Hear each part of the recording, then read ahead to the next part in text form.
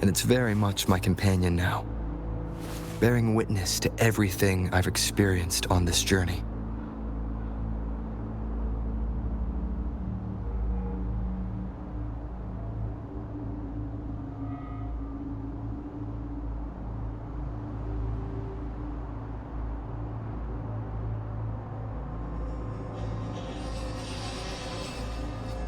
This is a testament to my connection with the world around me, and it's very much my companion now, bearing witness to everything I've experienced on this journey.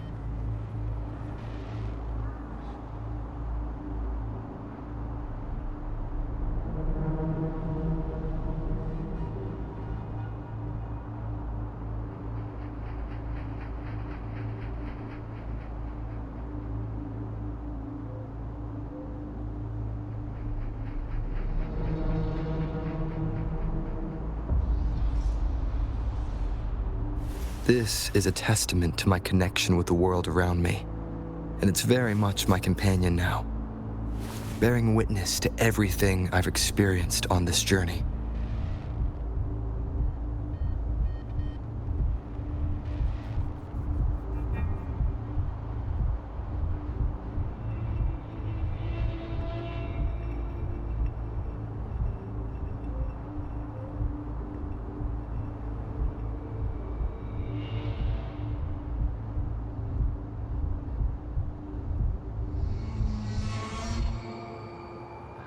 This is a testament to my connection with the world around me, and it's very much my companion now, bearing witness to everything I've experienced on this journey.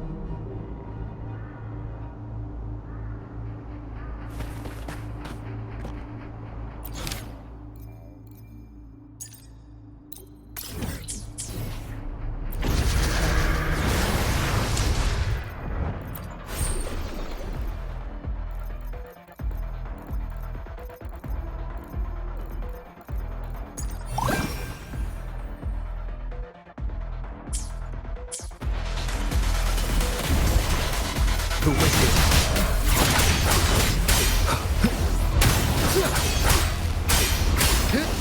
The wicked will face judgment. Tearing to pieces. Breathe it. Together!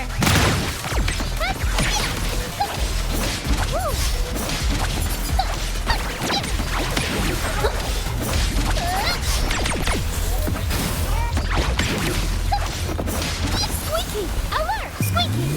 Get him, buddy! Wind calls, waves follow. Wind howls, unfettered by bounds.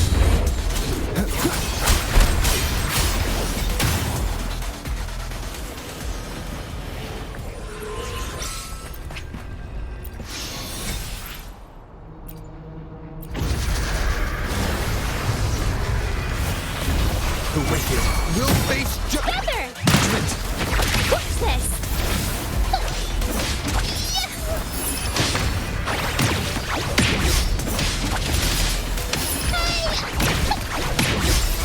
Wind calls, waves follow.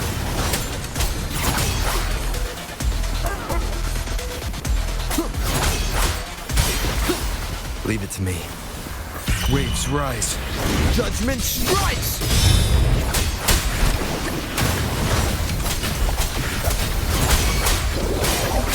Together! What's this?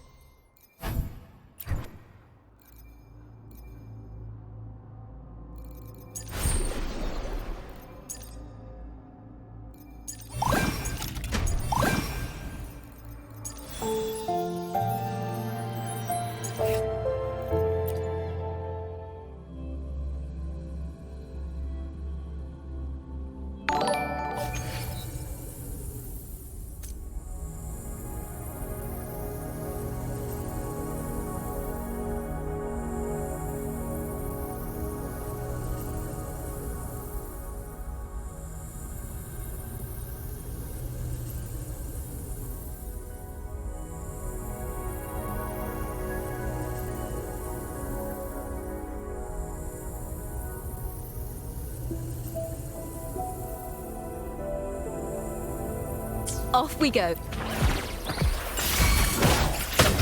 Cold, waves follow. Tuning in. Let the show begin!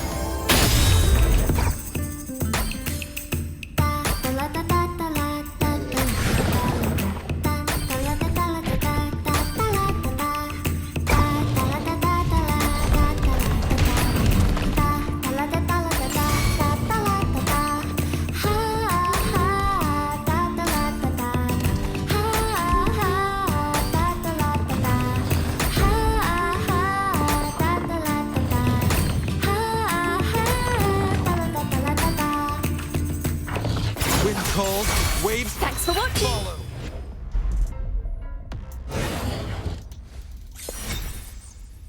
Mind the tempo.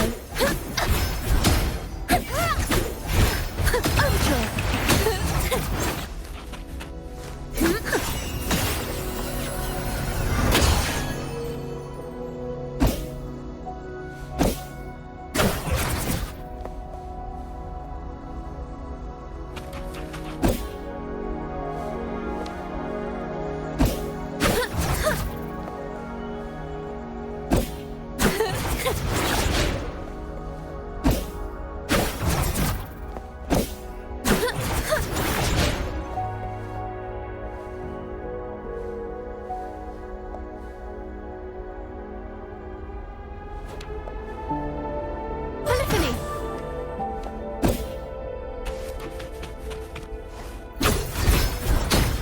A perfect chord.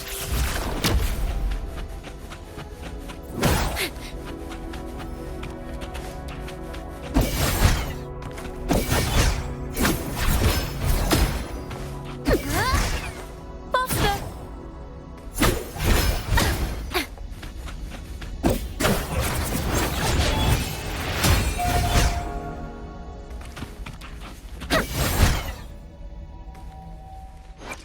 The divinity may foresee the future of the world, but I doubt they can predict which song people will play tomorrow.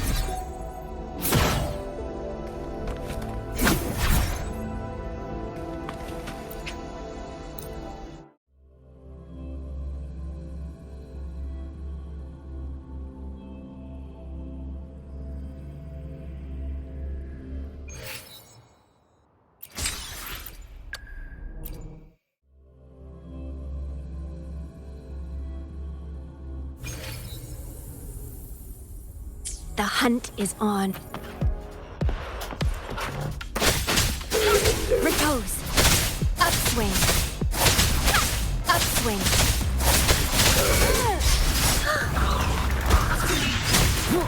One with the sounds.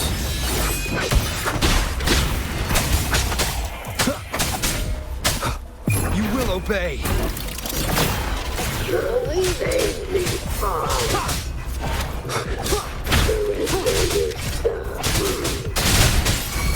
Guide my blade. Upswing. Eradicate. Strike.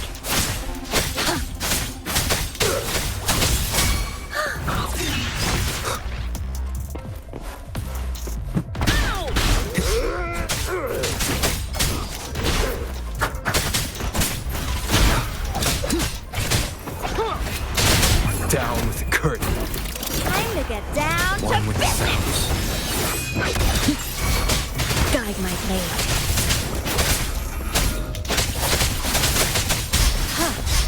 Come on, guys! Get 'em!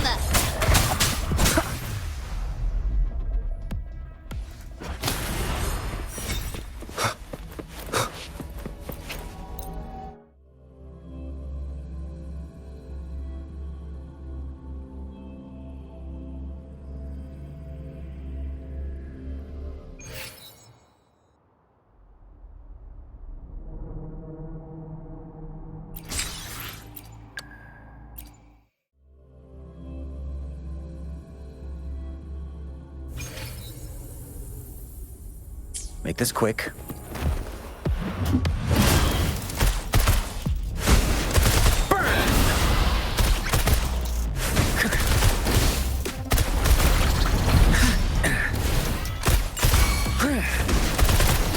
As you wish.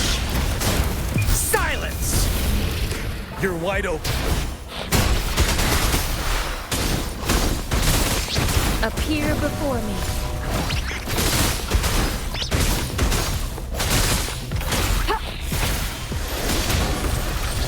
Stay vigilant. Commence healing. Ha! Ha! Rejuvenating snow. Fury boils. Inferno! You're no match. Burn to ashes! Ready for battle. Stage finale. Wind Rider.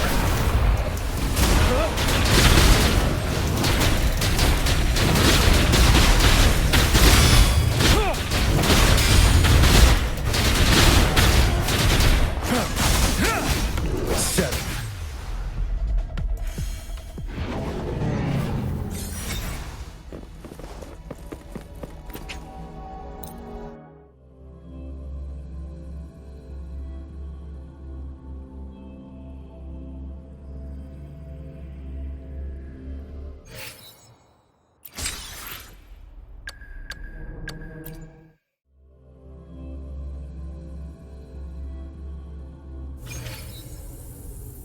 The Skylark?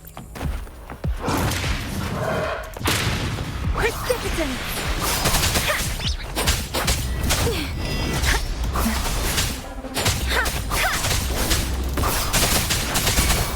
Count me in. Bang, bang. You blink, you miss.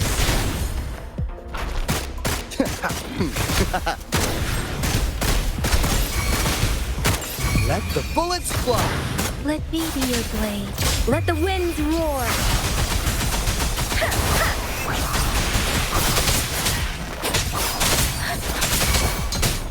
Synchronous. Count me in. You got better keep up.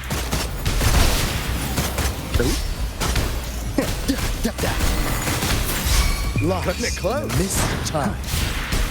You blink, you miss. You in the nick of time. Be right back. Let me be your blade. Shape the shapeless. Deference.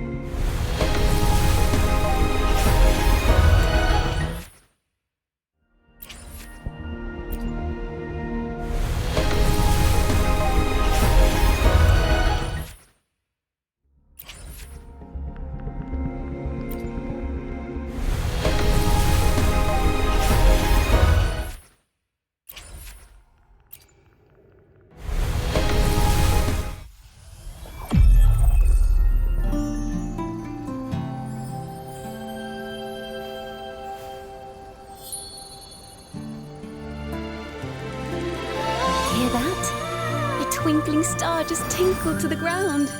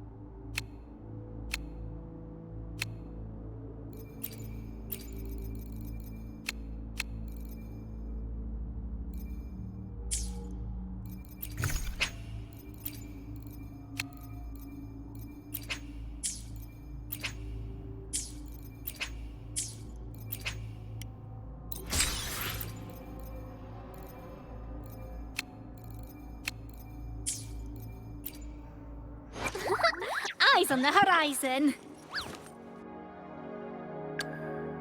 The divinity may foresee the future of the world, but I doubt they can predict which song people will play tomorrow.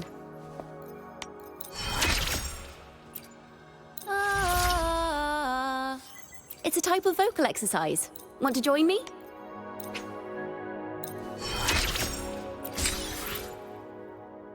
Isn't it amazing what miracles words and music can bring?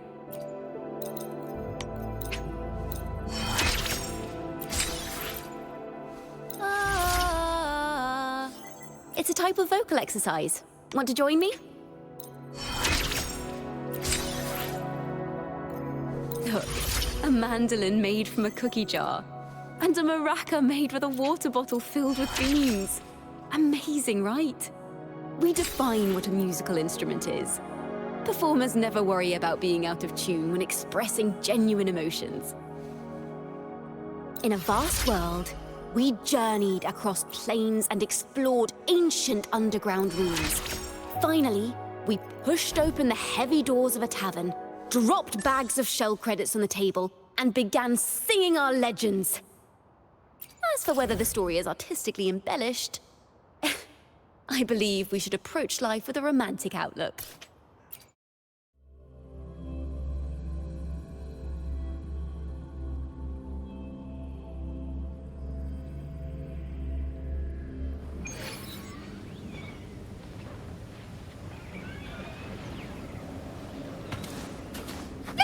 Squeaky, alert!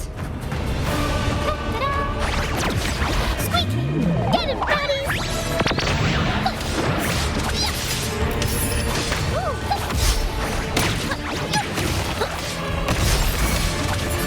Wind calls, waves follow. The wicked. Waves rise. Judgment strikes! Tear them to pieces. Don't blink!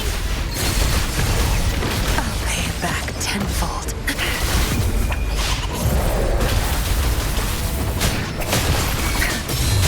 My field. Wind calls, waves follow. Hopefully this helps.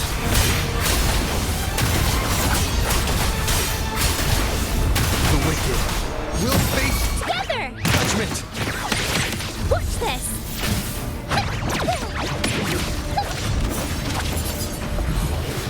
Woo!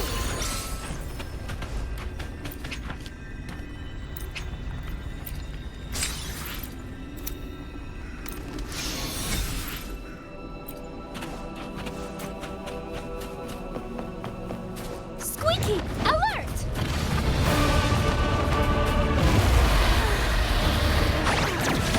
Watch this! Squeaky, clear the way!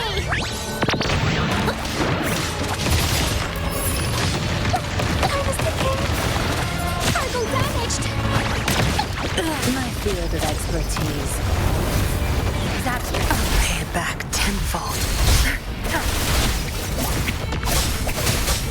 You won't cast me down.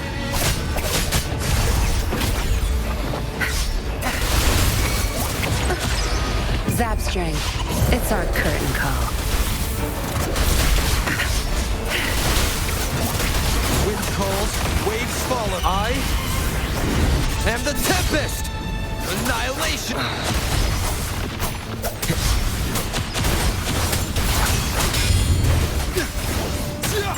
Tempest of slashes. Good! The wicked will face judgment! Together! Watch this! Tear them to pieces. My field of expertise. Crush them!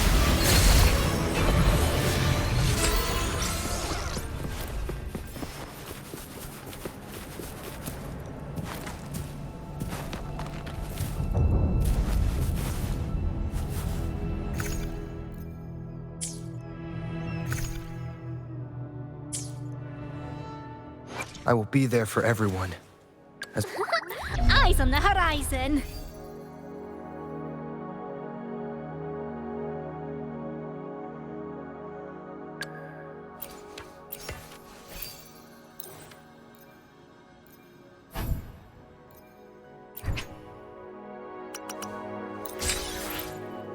Time to end this story. The tale of all our adventures together. And there it is. The title of the final chapter. To be continued.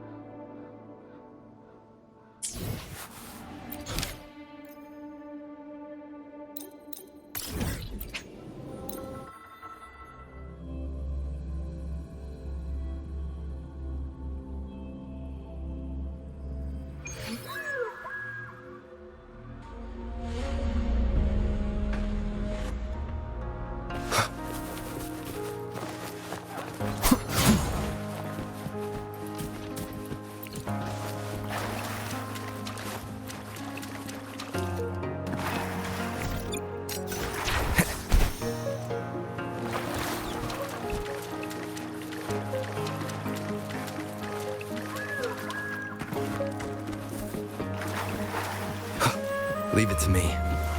Hopefully this helps. The wicked will... I am the Tempest! Wind rises! Annihilation! Tickles the slashes. The wicked will face judgment! Hopefully this helps. Wind rises!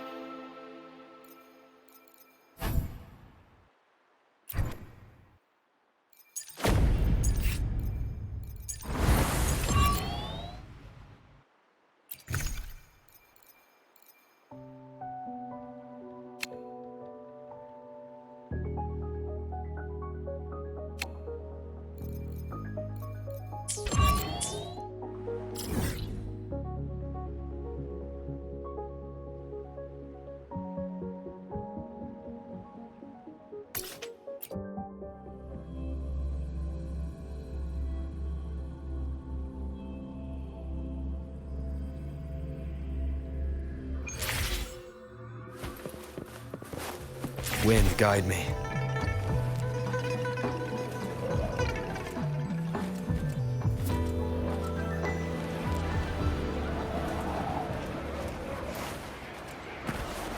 Come take a look at our official... Welcome to the Pioneer Association store. What would you like today?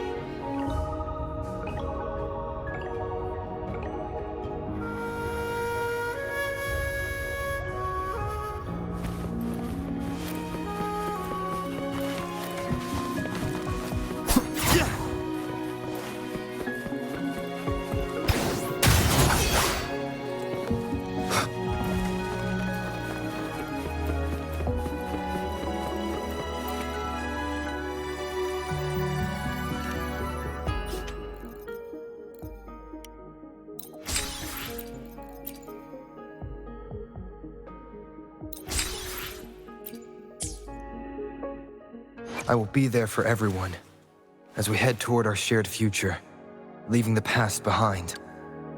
The divinity may foresee the future of the world, but I doubt they can predict which song people will play tomorrow.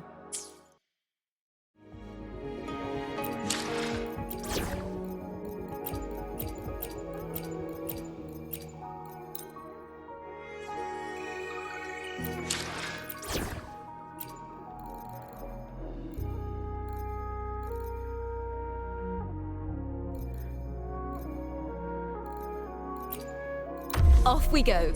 May my poems light the way on your path ahead. Polyphony! The divinity may foresee the future of the world, but I doubt they can predict which song people will play tomorrow.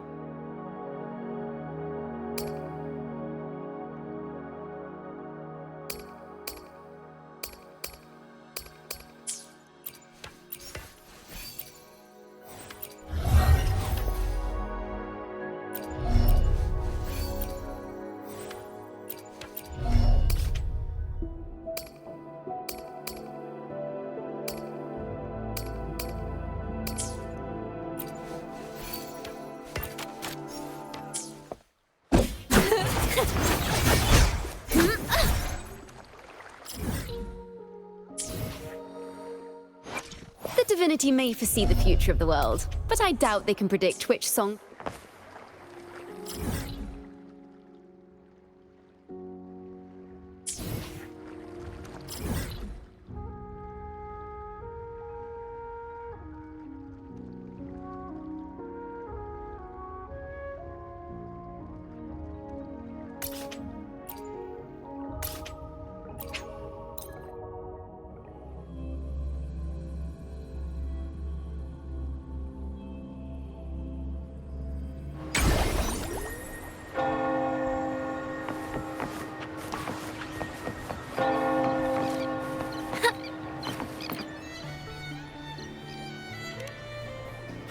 Welcome to Rosemary's Apothecary, where your perfect potion awaits.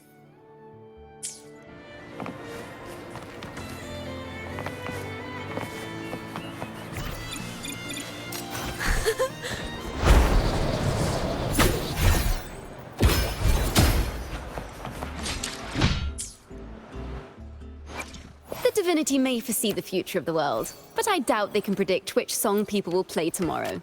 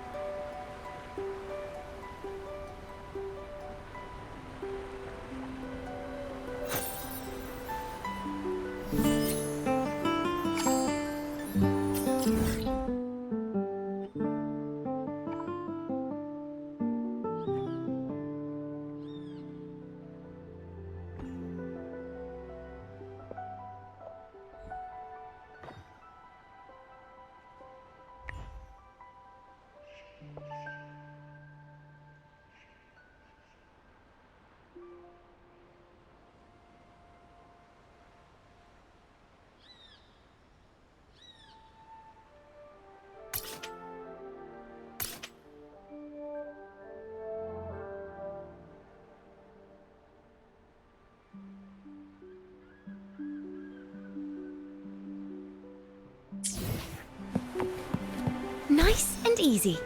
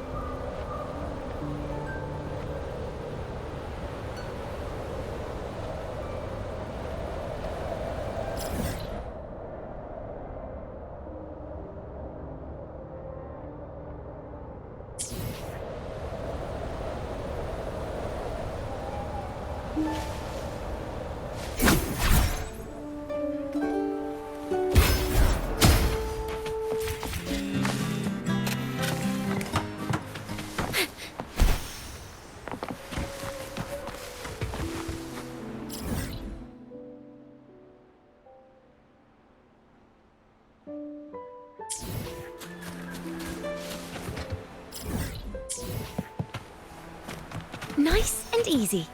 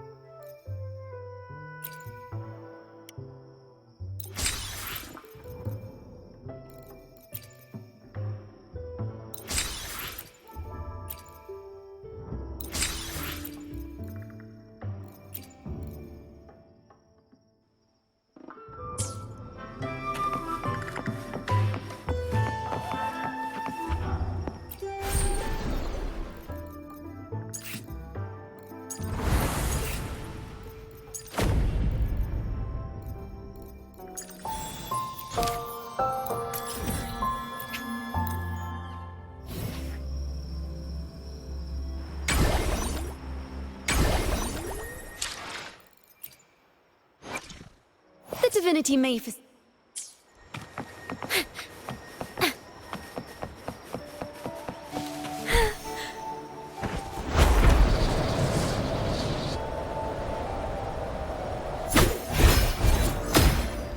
Mind the tempo.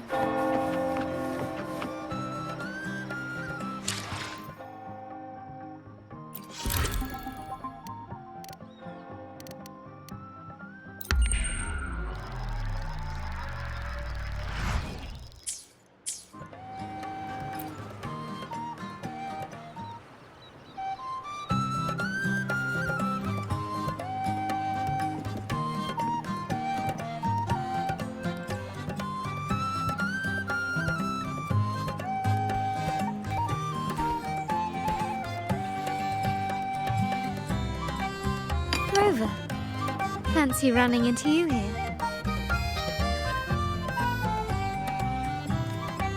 Won't you dine with me? Ms. Margarita asked me to sample her newest pizza, but my goodness, these portions.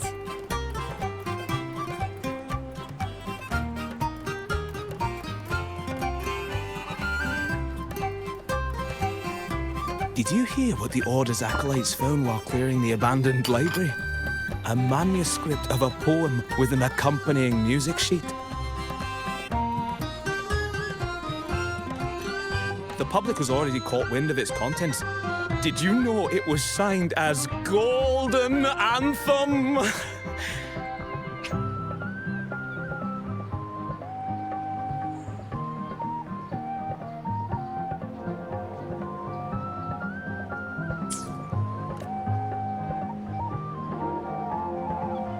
They say it was their last work, written aboard the Pilgrim's Sail. I reckon the original finder fished it out the sea and put it in the library, not knowing what it was.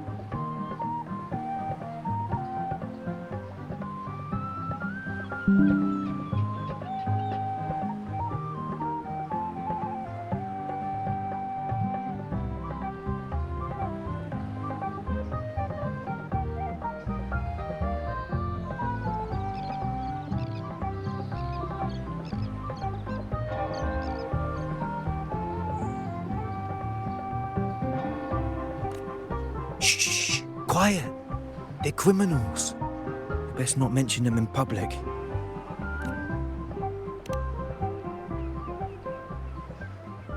Shh. That name is not to be spoken of in Raguna. Simply put, the Golden Anthem was once a renowned poets' society. Their 3 members were once the Sentinel's cantors, but the Order banished them for insulting the divinity. Allegedly, their pilgrim sail caught fire and none on board survived, and thus their last known work disappeared.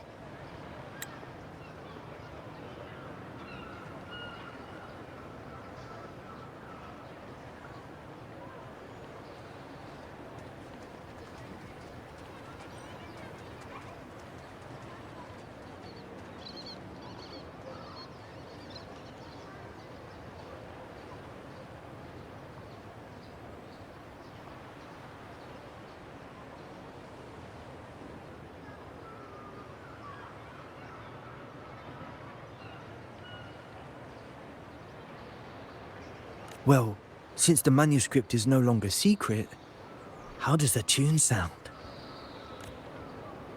Give me a second. Let me think.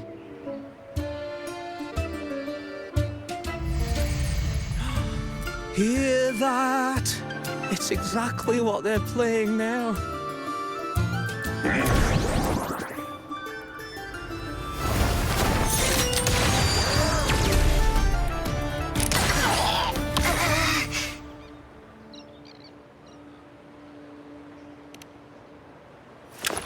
Well, it would appear they were possessed by daemons, just as this very article suggests.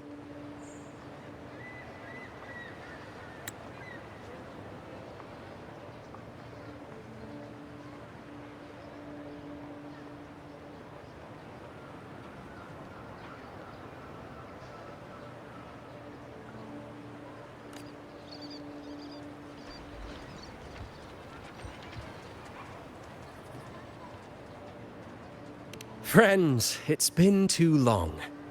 I gather you were also listening in on that conversation about the Golden Anthem's last work? What did you mean by daemons?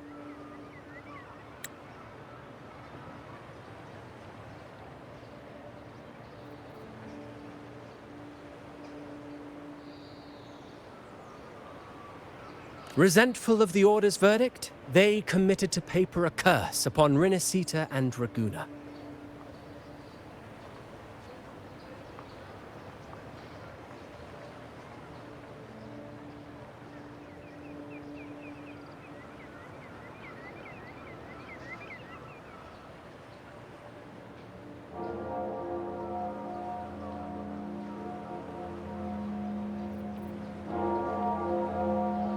Those favored by the divinity were the most willing to raise the blade of rebellion, for they alone knew how to make divinity bleed and doctrines crumble.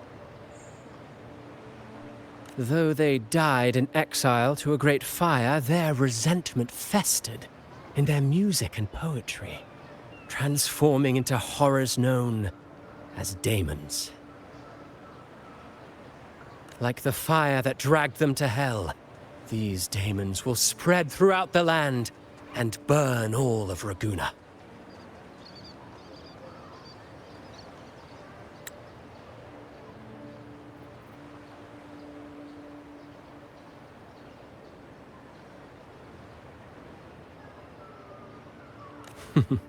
This article was recently published in the Raguna Literary Journal.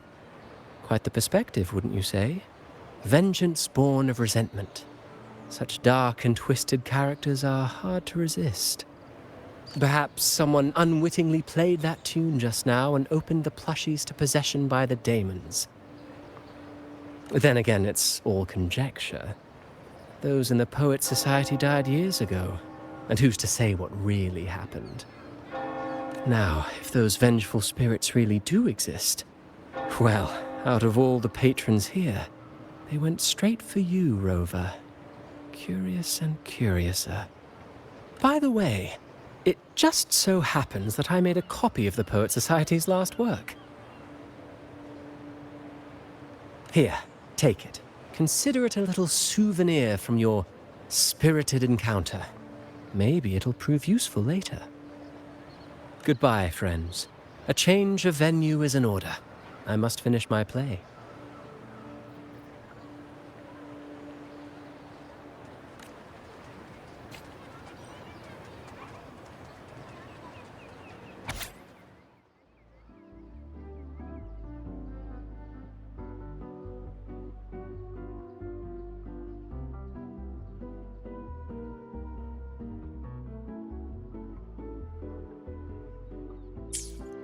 Like the fire that dragged them to hell, these daemons will spread throughout the land and burn all of Raguna.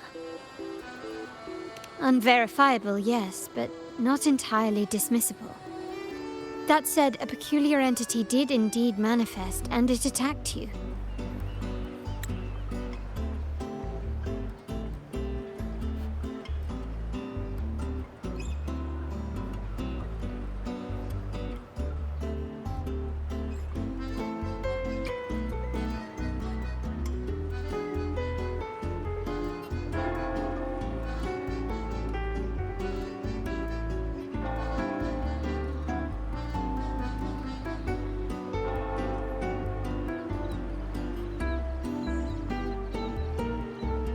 So, let's start at the very beginning.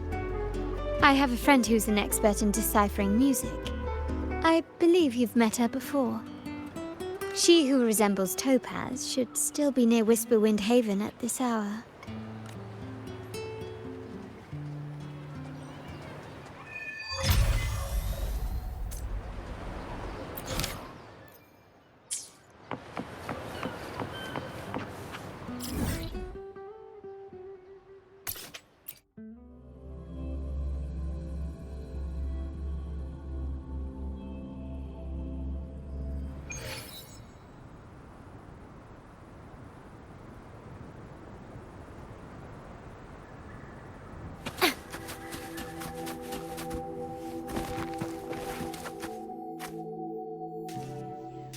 In her world, poetry and music hold equal sway. Shh. Listen carefully. On the tapestry of times, strum my strings for the endless dance of time. To fly is not to flee, but to journey towards the dreams. All the hopes will set us free from doubts and fears deep within. Let the sunrise gild our wings, let the twilight soothe our Follow the song to find the her. sky were forever wild and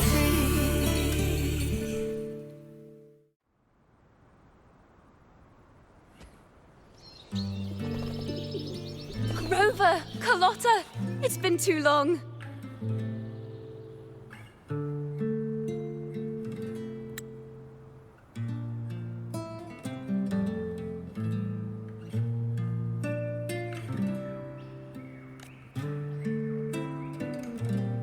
You really must adore that song. I remember hearing you sing it when I was little.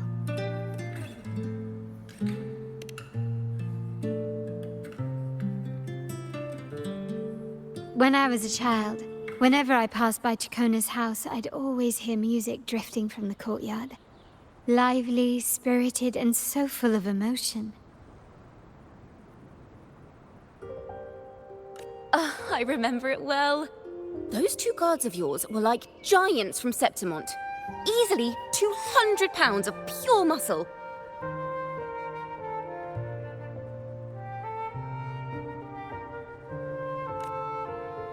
Back then, Ciaccona's family conducted the Order's choir.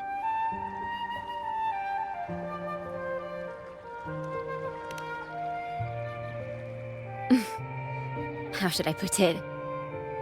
Well, as they say, families are always rising and falling.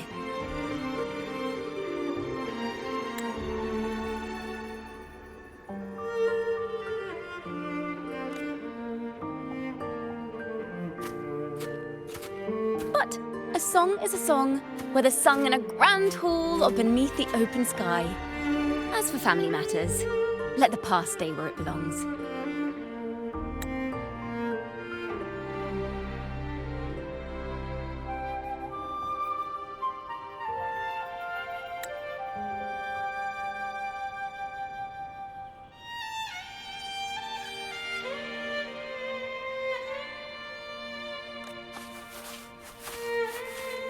Anyway, the two of you came in such a hurry. I suppose you're not here to take in the music?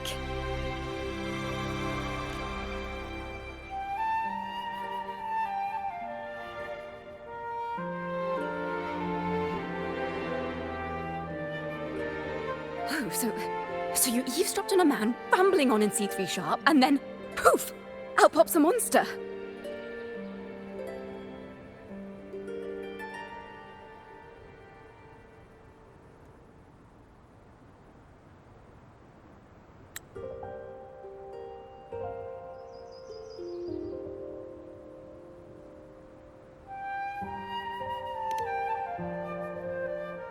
Let me see. It should sound something like this. About that, Sharp Rover.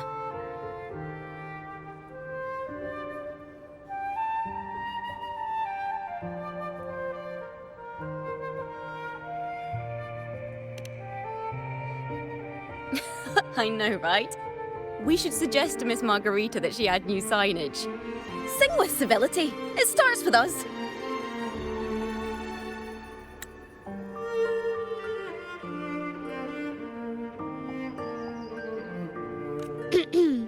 Can we discuss restaurant etiquette later? Of course. But I still need to know what kind of music could possibly have the power to conjure up those monsters of yours.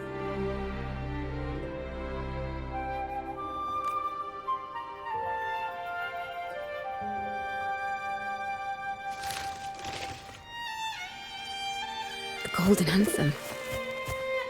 That name should never be spoken.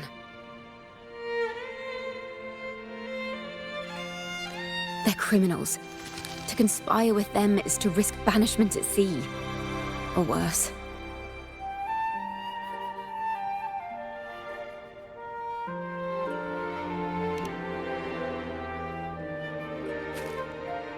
Don't worry. This won't be the first time we've crossed paths with the Order.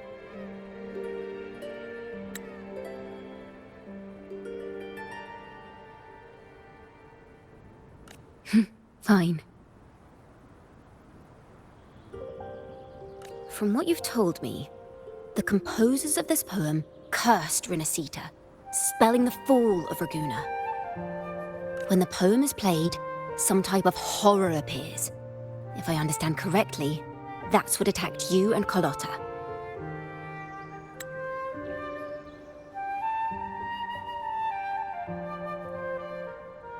If you ask me, this story is a right load of codswallop. I don't believe a simple little poem could curse Rinascita.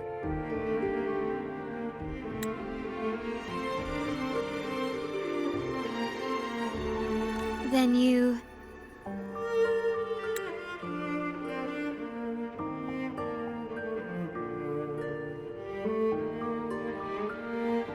We need to get to the heart of this poem and music mystery. Let me join you. I can't resist a good adventure.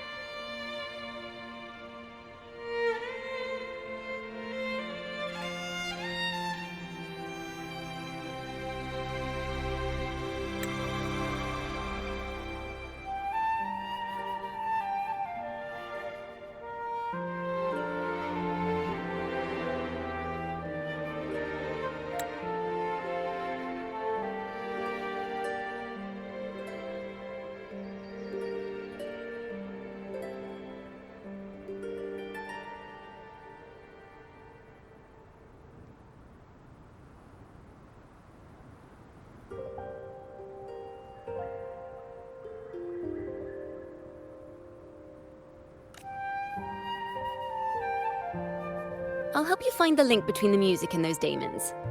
But in return, I want you to hand these pages to me for safekeeping.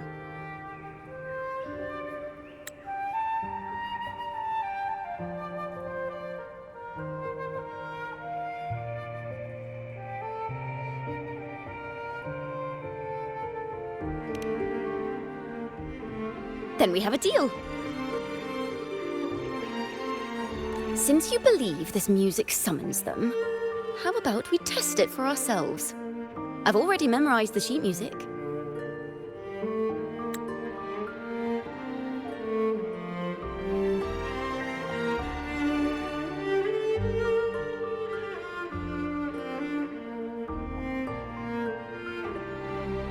It's risky, but there's no surer way to find out.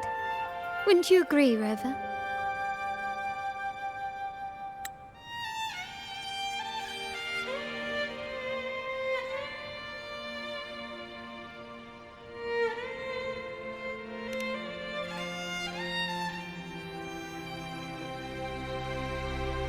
The final work of poets banished to distant seas and condemned to death.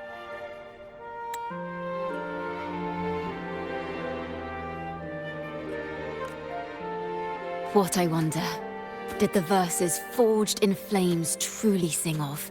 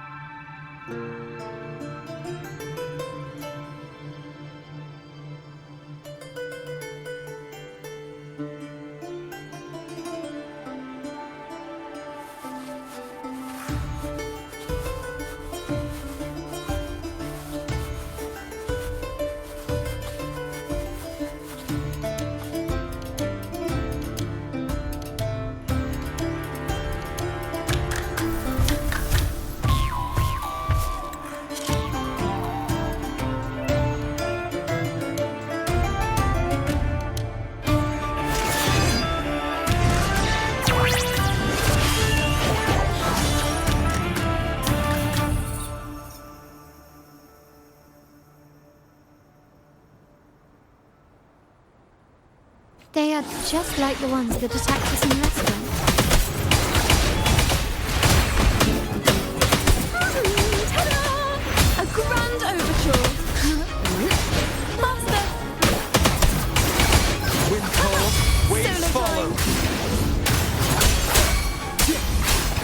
Banish all vice. Embrace the oneness.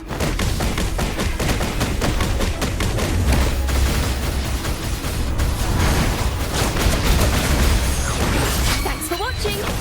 Listen, the trio of destiny.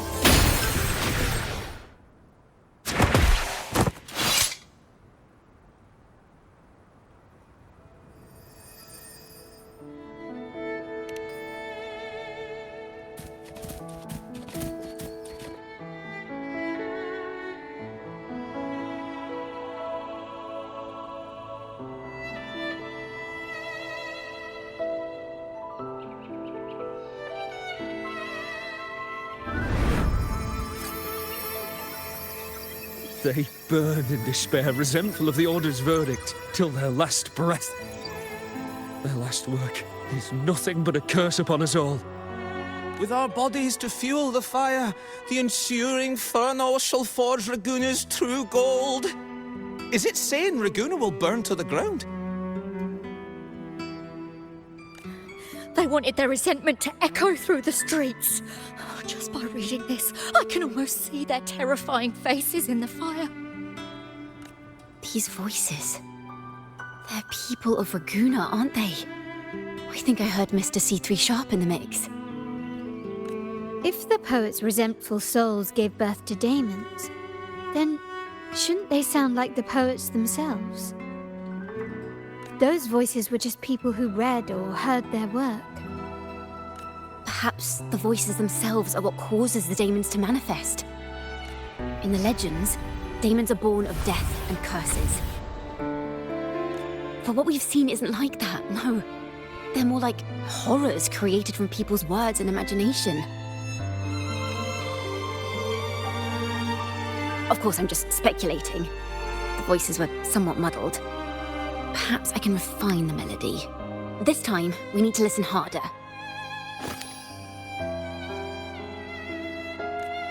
Let's find out what the true story really is.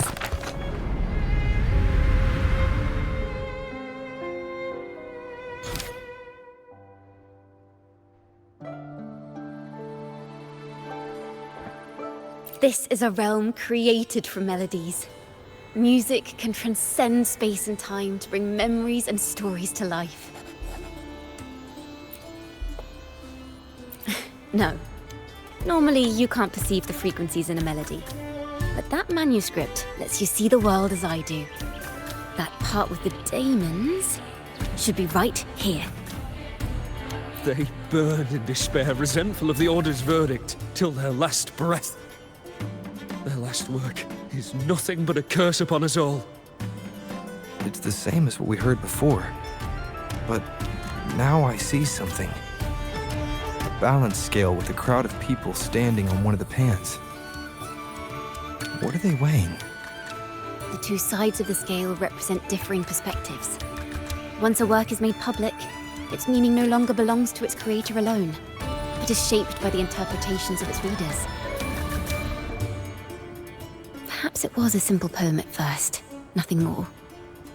But then that article claimed it was a curse upon Raguna. Given that members of the Golden Anthem were banished on the Pilgrim's sail and died in a fire, the notion quickly took hold. No one knew exactly what happened, so they filled in the gaps with their imaginations. With motive and a complete story. Perhaps that's all it took for a lie to become the truth. Each time someone plays their last work, it summons daemons. This is the Golden Anthem's revenge and curse upon Raguna. But still, words and imagination alone cannot bring something into existence. Yes, someone must have used them to create the daemons. What if the mastermind pulling the strings from the shadows is the author of that article? Daemons are bound to their creator, so it might not be a coincidence you felt them target you at the restaurant. There could be a connection between you and this mastermind. Or perhaps they have their own reasons for wanting to see you silenced. Imagination knows no bounds. If left unchecked, such incidents will only increase. For resonators, dealing with them isn't much of a challenge. But for ordinary folk, it's enough to spark panic across the city. Finding the one pulling the strings should be our priority.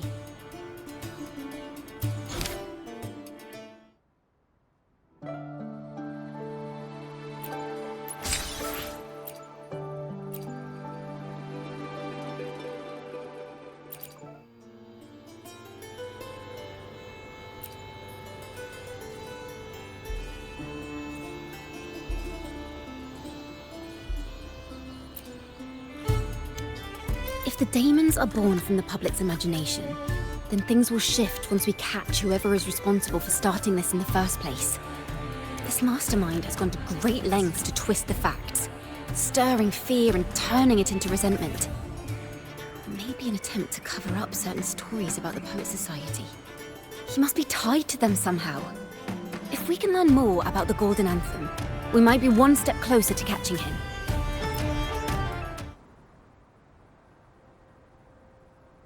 Music and poetry are born from kindness and hope. Yet now they've been twisted to create these monstrosities. Whoever is behind this won't just sit back and watch.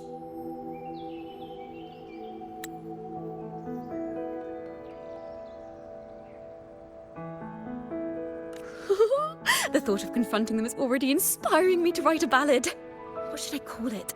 Which instruments would fit? Our enemy hides in the dark, while we remain in the light. If that's the case...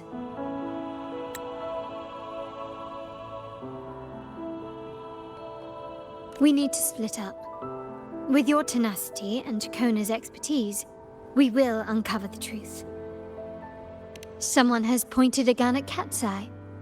Someone ought to pull back the curtain and expose them. The family has its ways. Tracing the article's source and finding this mastermind won't be a problem. If we find melodies connected to the Poet Society, I can bring the past into clearer focus.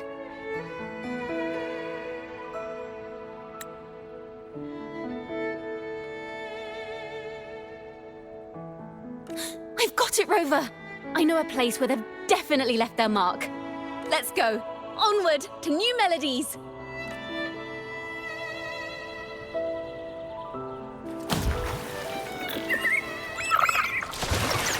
I really admire the wind. It's free to go anywhere without restraint. If only it could carry my poems into the hands of everyone across the world. La da da da da da da. La da da da da da da. La da da da da da da da da da da da da da. Da da da da da da da. Da da do do do do do do. La na na na na na dum ba da da da.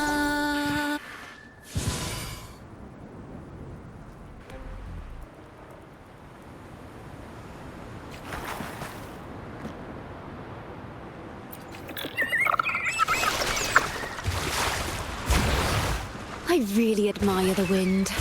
It's free to go anywhere without restraint. If only it could carry my poems into the hands of everyone across the world. La da da da da da da. La da da da da da da. La da da da da da da da da da da da da da. Da da da da da da da. Da da do do do do do. La na na na na na dum ba da da da.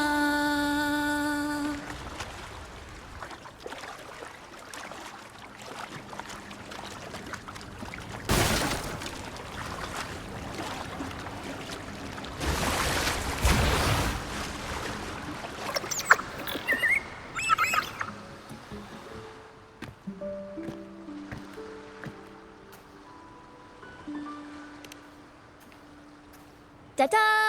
Welcome to Requiem Paradise.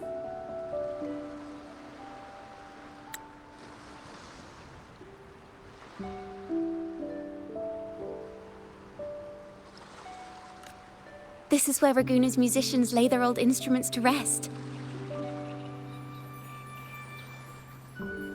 For the people of Raguna, the sea is everything. We live and sleep by the sea, and our souls drift out to sea when we pass. Since an instrument is an extension of the musician, it's only fitting that it's buried by the sea. May its dreams be long and sweet before returning to the waves. I'm certain this is where the poets of the Golden Anthem laid their instruments to rest before their banishment.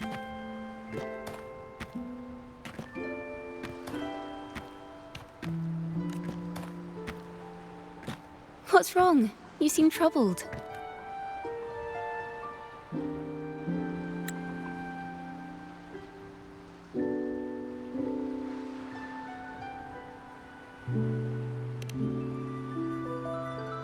Is that what's been on your mind this whole time? I say, if the answers aren't coming, let it all go and clear your mind.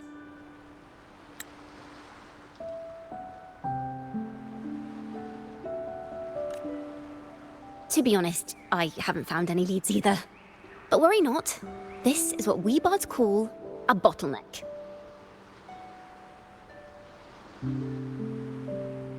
Once, I spent 3 days just trying to find the right words to describe a tree. Couldn't do it. Not one word.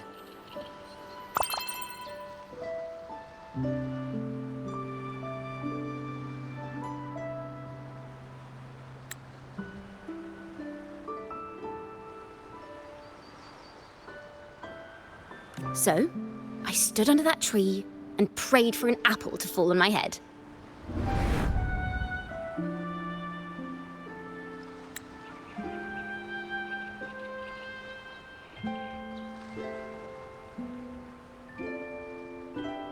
You know, just like in those stories where inspiration strikes after an apple hits you. And, well, at least you get a snack out of it.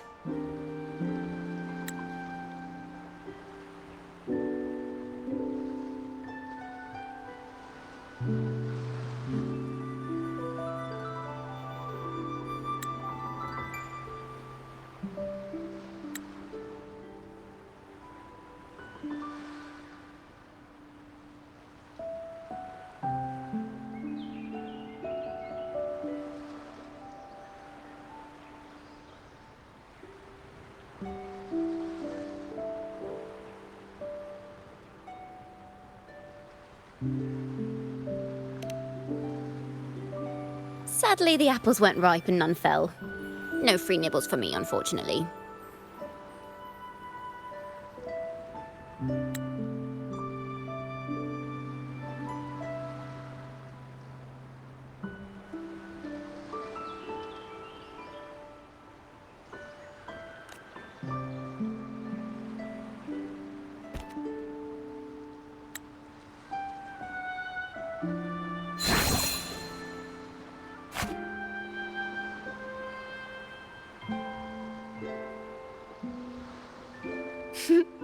Try it.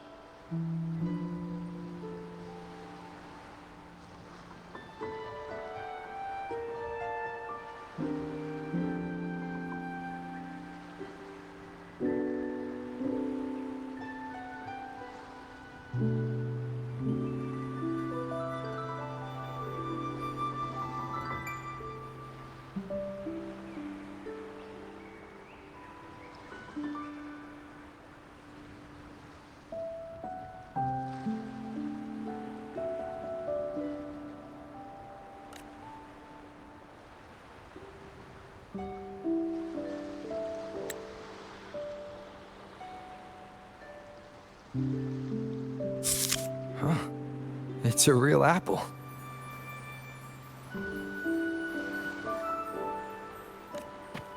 Later, when I finally decided to leave, I looked up through the gaps in the branches and suddenly saw a blooming flower atop a cliff.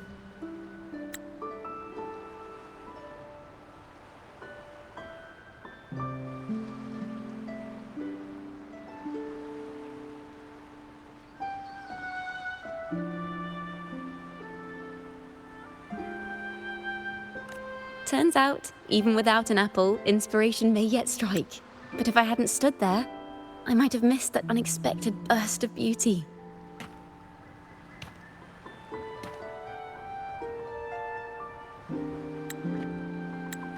So, maybe this is enough.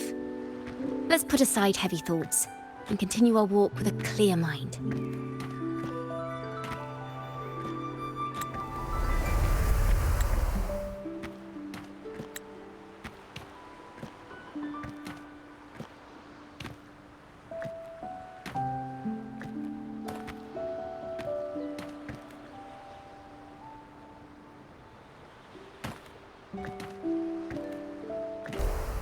I'm starting to understand why Carlotta calls you Topaz. Is that so? But I'm nowhere near as dazzling as the sun. If anything, I'd rather be like Icarus in the story. Soaring freely in the sky, even if it means falling in the end.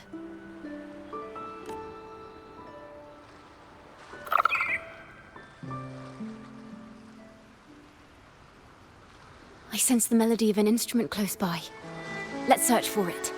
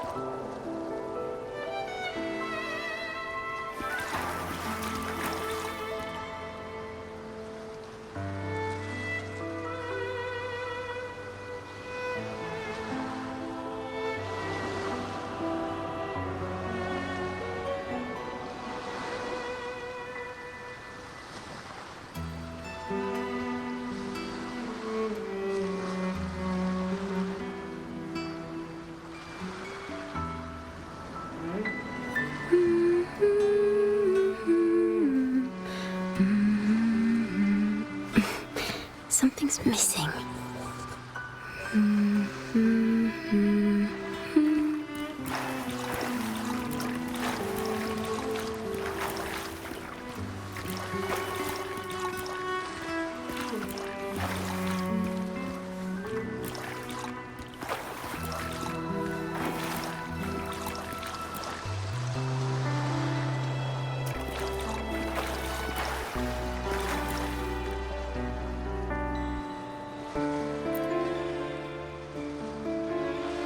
A flute, but it sounds sharp and harsh.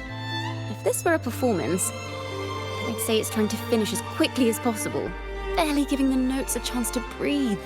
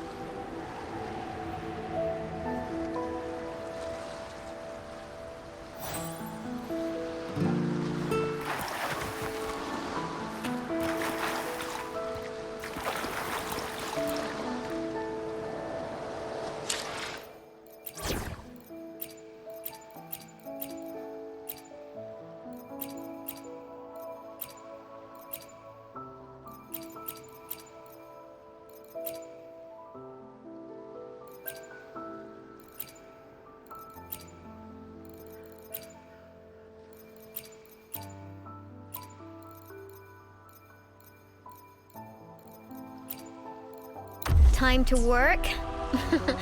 No more lazing around then.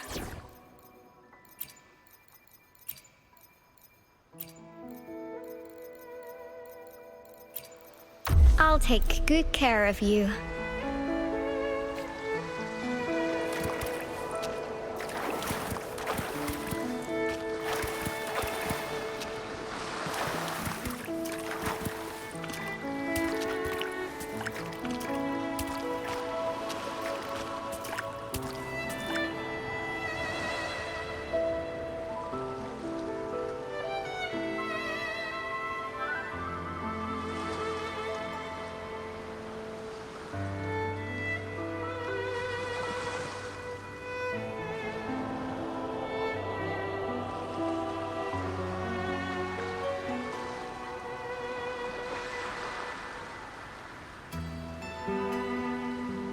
Sometimes I pretend I was a cloud in the sky, just drifting by as a soft and fluffy pile without any worry.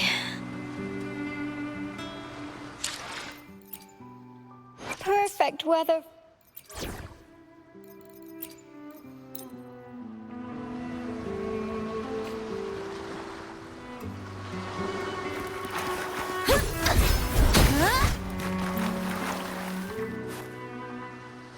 A harp. It's in excellent condition, but its tone is flat and dull.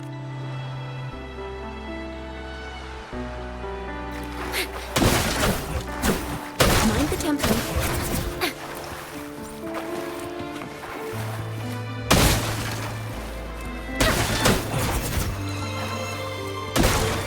Mind the tempo.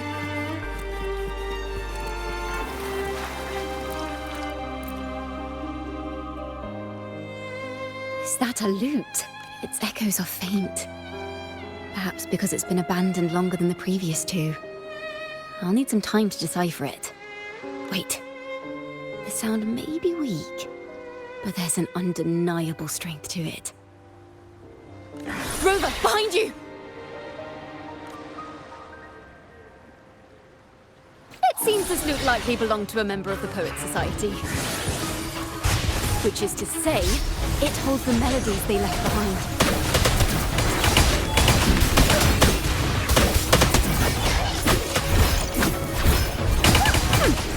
Perfect wrap-up.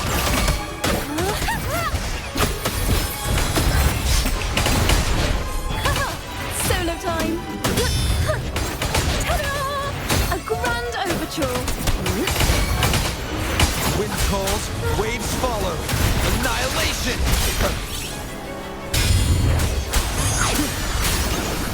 The wicked will face judgment!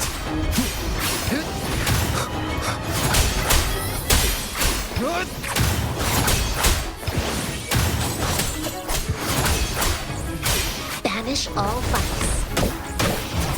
A perfect chord. Listen! The trio of destiny. The timbre also matches. I believe this lute is exactly what we've been looking for. Sometimes, even when the instruments are the same, the performer's mood can change the entire sound.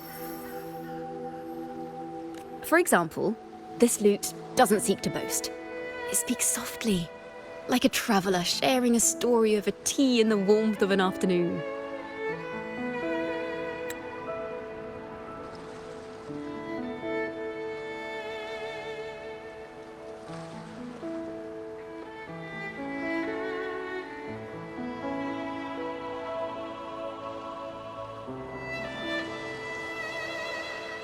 The true purpose of music is to express what words cannot.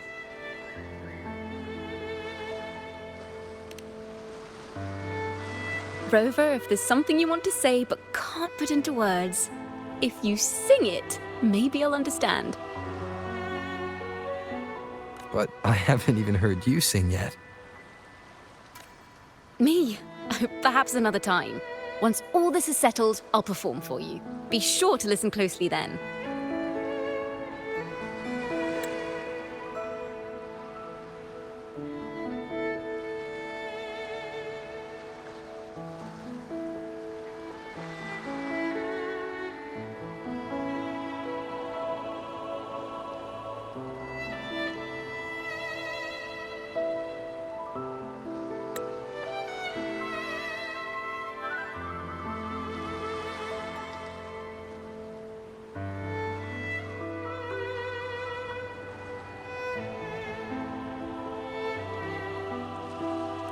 Now, it's in the lute's hands. I hope this melody holds a tale worth telling.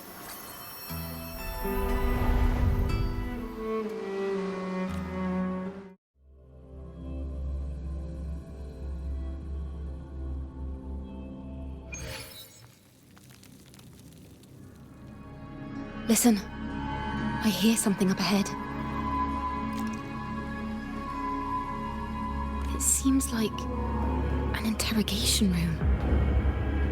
This melody carries the weight of the Poet Society interrogation. Let's keep moving. Take care with each step. The melodies left by these instruments are extremely fragile. The realm we're about to enter will appear fragmented. We may find ourselves straddling vast rifts in time and space. A single misstep could draw us into other melodies, leaving us lost within them.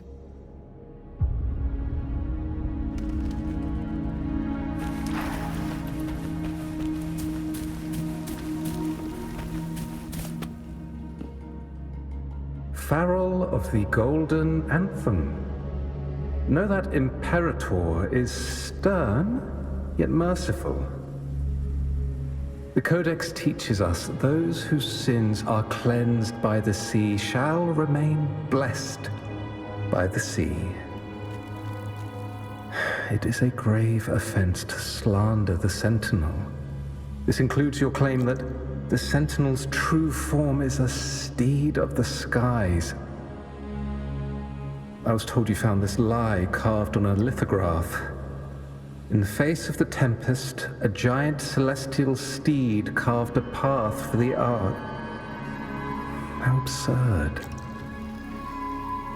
If you admit you were mistaken at tomorrow's trial and reveal where you have hidden the evidence, I will move mountains to protect you and your companions. Remember, Imperator only responds to repentance, not silence. I'm sorry, Sir Acolyte. I'm doing my best to cooperate. Please don't mistake my silence for defiance. It's just, this room is freezing, and I've caught a chill. Makes it hard to talk. I'm afraid that by the time I see the Sentinel, I will have lost my voice entirely. Perhaps then, they will judge you for silencing a poor transgressor's confession. As long as you repent and help us destroy those blasphemous poems and songs, the Sentinel shall show mercy. You are a wise man. I trust you will make the right choice. I look forward to seeing you tomorrow. Good night, Mr. Farrell. I will always be here should you wish to receive the Sentinel's mercy. No need to worry, Sir Acolyte. In fact, I'm beginning to enjoy the cold. Neither official nor private records show them as having ever repented in the Cathedral of Mercury. This melody is fading fast. Let's check if there's anything nearby to amplify it.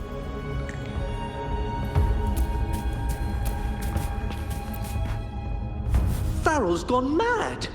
He ought to have hidden the truth in our secret study. Why would he slip this dangerous knowledge into his poems and hand them out to children? We ought to have buried the truth. Buried the truth? It just occurred to me. Is that our mastermind's true aim? Not only to bury the past, but also to silence those who know the truth, like you. To that end, he stirs panic to deepen Ragonese prejudice against the Poet Society, using this opportunity to create monsters born from our words. Words and music are weapons without form.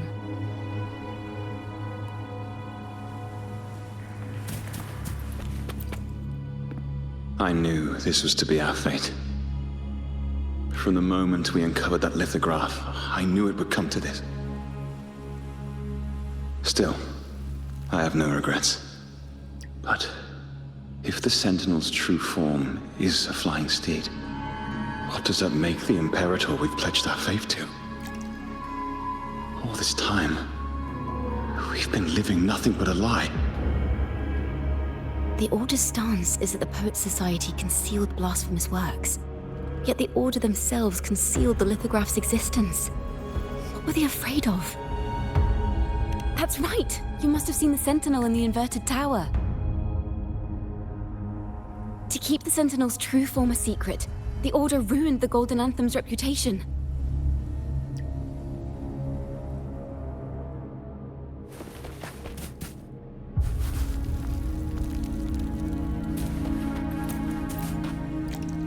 I understand what Farrell was trying to do. We're not adventurers or mighty resonators. We don't even have the time or ability to determine whether that lithograph is real or fake. Farrell only wanted to share the voice of uncertainty. He hoped someone might understand his doubts. Our fate has been sealed. All we can do now is choose what we believe and carry what we hope to be the truth to our graves. They don't sound like they're full of hatred at all. If anything, they appear to have anticipated what would happen. During the interrogation, they kept their composure and did not offer fierce resistance. In fact, they even showed sympathy for the interrogator. Everything seems to revolve around the Order. Could they be the ultimate mastermind behind this? We don't know that for certain. But at least we now know the Poets Society would never place a curse on Raguna. The melody is fading faster now and becoming unstable. We should leave. We can continue our discussion later.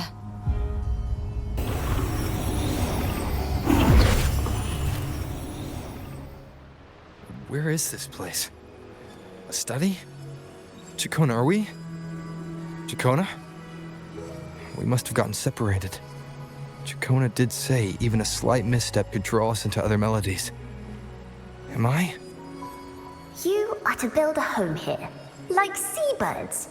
Dwell upon the water, just as countless stars dot the night sky. I don't know if what I'm feeling is right or wrong. They were clearly the Sentinel's cantors. Why would anyone call them criminals who insulted divinity?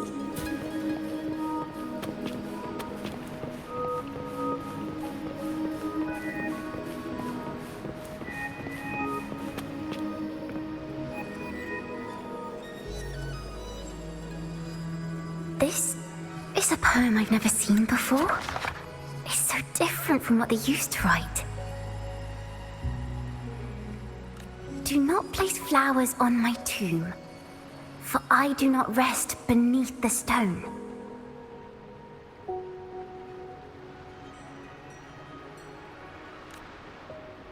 I am the sea wind at Raguna's walls. I am a dawn that breaks through thorns.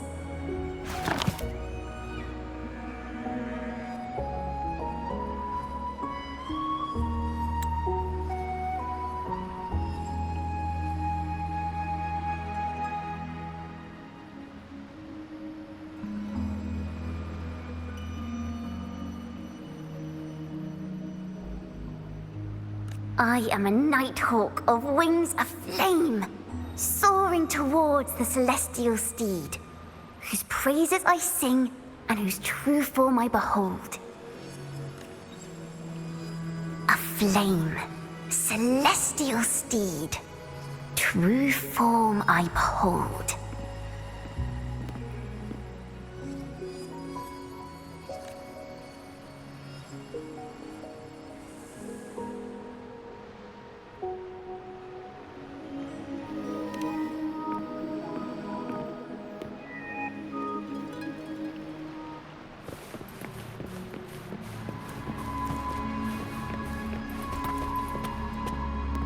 The night sky will be illuminated by wings of flame, and I shall be reborn in immortal poetry.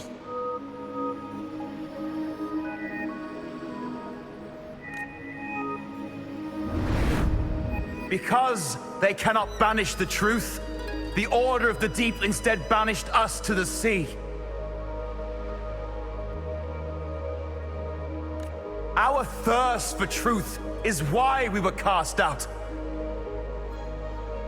No matter what, remember this. The truth will always exist. And the truth is gold that is unafraid of the fiercest of flames.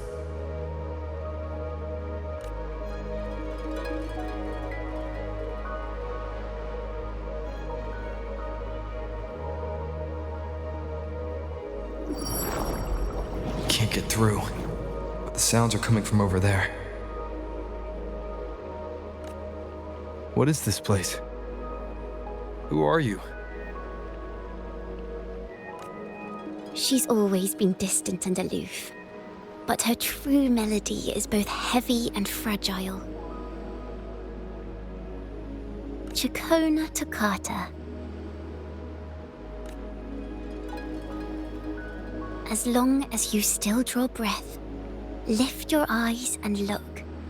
With this poem, your life is eternal.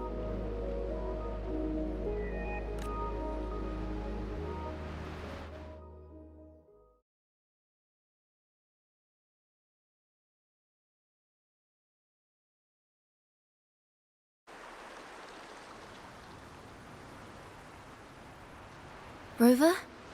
Rover, are you all right?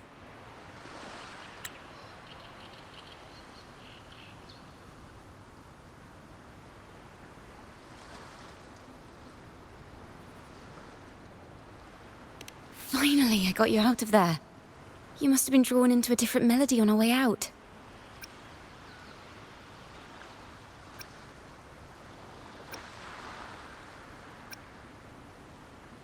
I just walked into his study and ran into a strange little girl.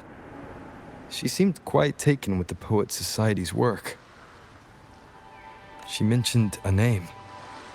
Ciaccona Toccata. I see.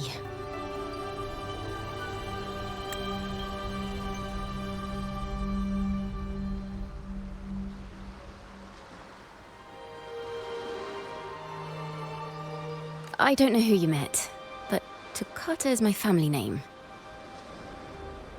As I said before, for family matters, let the past stay where it belongs. Just call me Ciaccona. We don't need to overcomplicate things.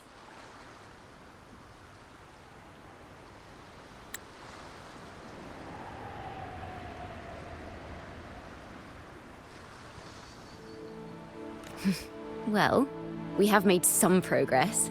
The melody we were in gave me a hint on what to do next.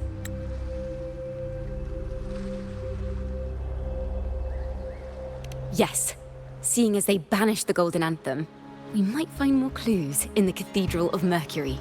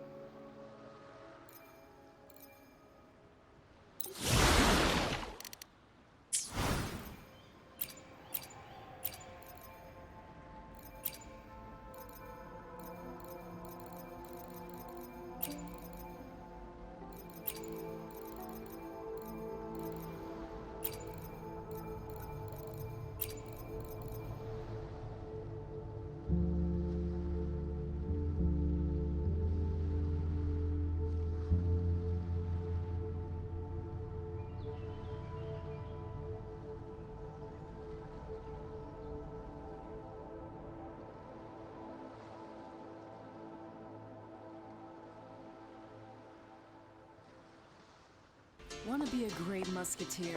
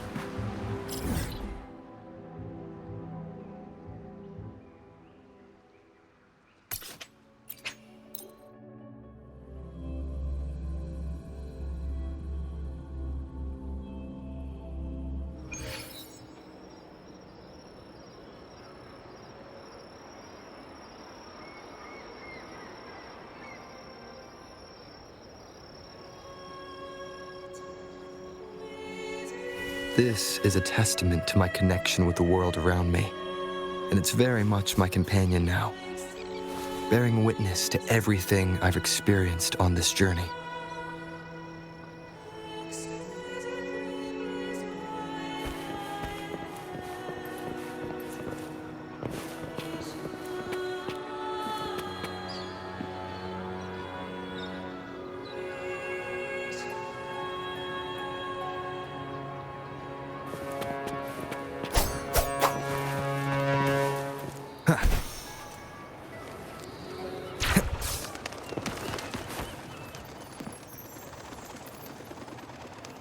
Have you found her yet? No. She's not here either. Oh, greetings, brother and sister. Might I ask, have you seen someone dressed like us who likes to walk with her head down? No. Razor doesn't like walking with her head down. She must have gotten into some trouble. Thank you for the compliment, sir. These are our ceremonial robes. We're rehearsing hymns to sing at the ceremony. Racer is our lead chorister. We took a break from rehearsing to play hide and seek. But when the time ran out, we couldn't find her. Maybe she got mad at us because we sang badly. She hasn't smiled at us much since rehearsal started. Can you tell your big sister here what hymn you're rehearsing? The teacher says it's a hymn to honor the brave knights and the Sentinel's guidance. But Razor says the hymn was written by a bunch of criminals. Well, which way did Racer go? We can help you look for her. Really? She went that way.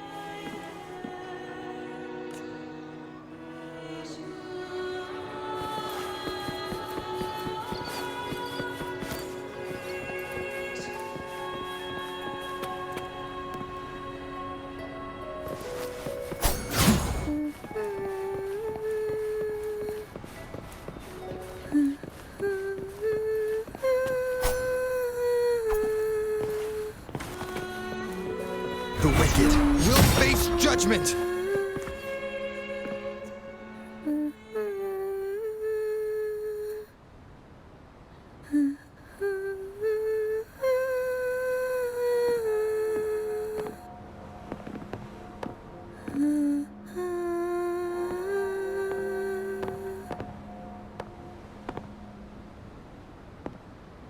Such a beautiful voice, isn't it?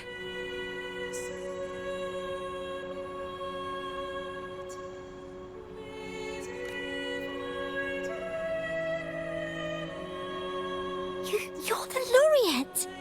And you are?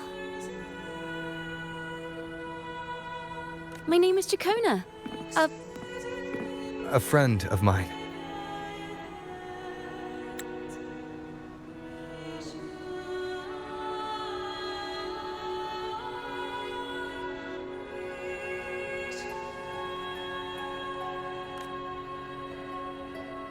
Don't be scared. We're only here so that you can finish your game of hide and seek.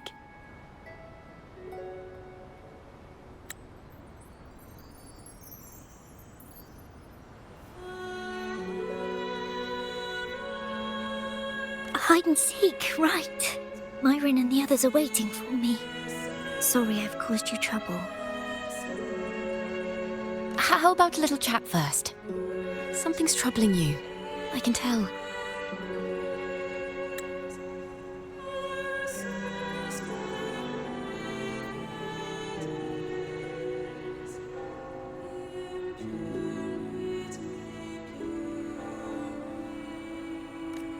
What? Of course not. The ceremony is coming up, and the choir still has so much to rehearse. I'm fine.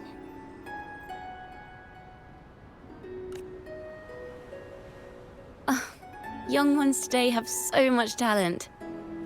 If I had the chance, I'd love to learn how to sing hymns.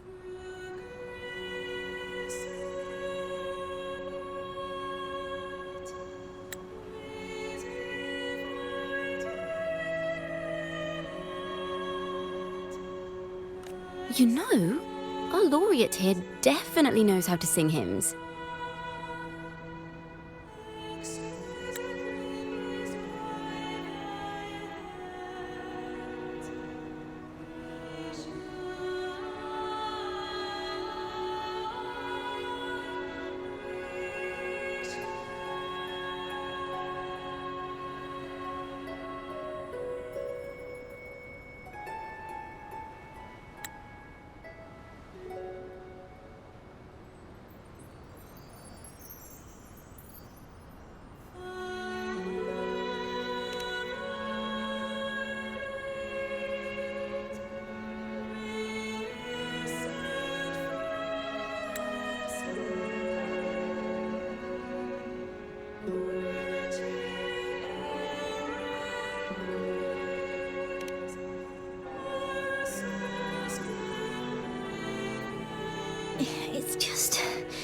Before the performance, the choir has to listen to the same music, recite the same lyrics, and do the same rehearsals every day. What's more, the hymn we're practicing, it was composed by bad people. Teacher calls them heretic poets.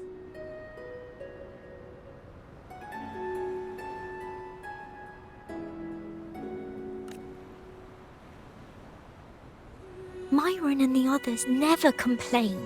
They're always eager to sing praises to the Sentinel on stage.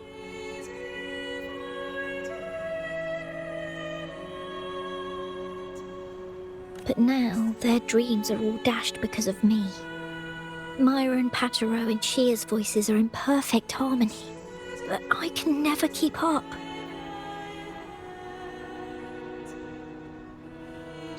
And I don't like this hymn. Myron and the others are too young to realize that heresy is a grave offense, but I know.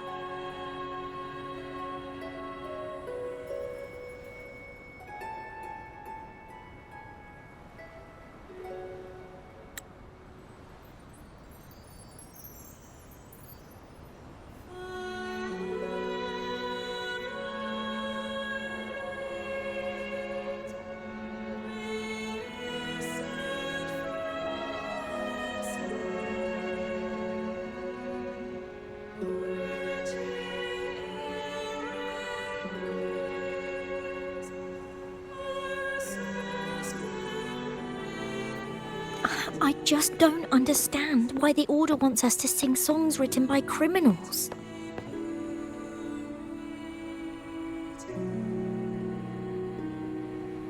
The more I thought about it, the more out of rhythm I became.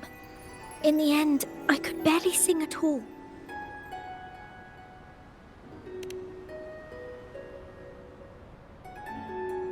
That song just now. I've already forgotten how it's supposed to sound.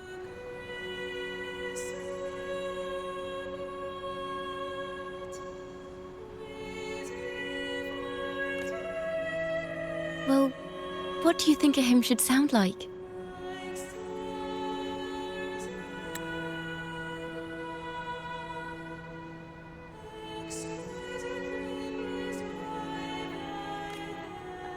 A hymn, as the books state, is a song of praise for the Sentinel who leads the lost to the abundant lands.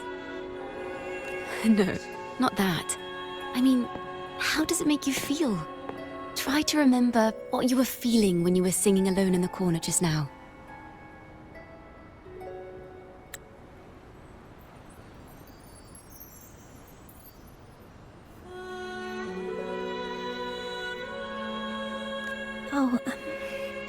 I didn't want to hold everyone back, and I really wanted to help everyone have a great performance at the ceremony. Then hold on to that feeling. Let's rehearse again.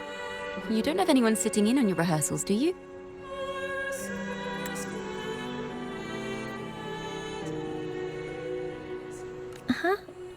No.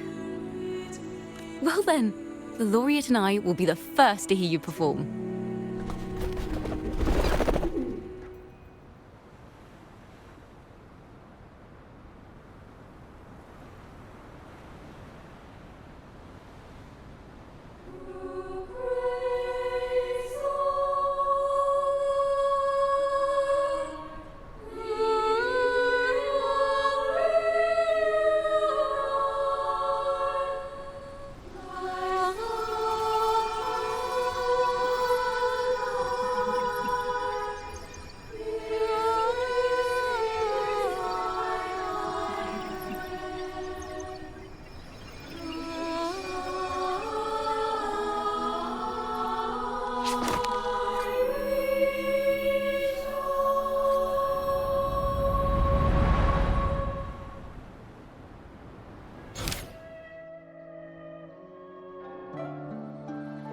This is a cathedral.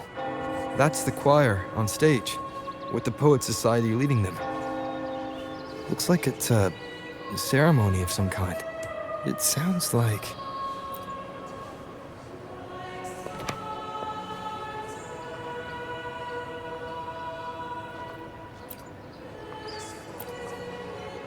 It sounds like a song celebrating the knights who defeated the Tacit Discords at Whisperwind Haven. Wait. Someone's approaching the stage. Degenerates! Arrogant hypocrites, every last one of you! You have no idea what happened! None at all! Has the Order reduced our sacrifices to mere tales to be told over tea? The Sentinel's blessing! Ah! Where were you when we fought the Tacit Discords at Whisperwind Haven?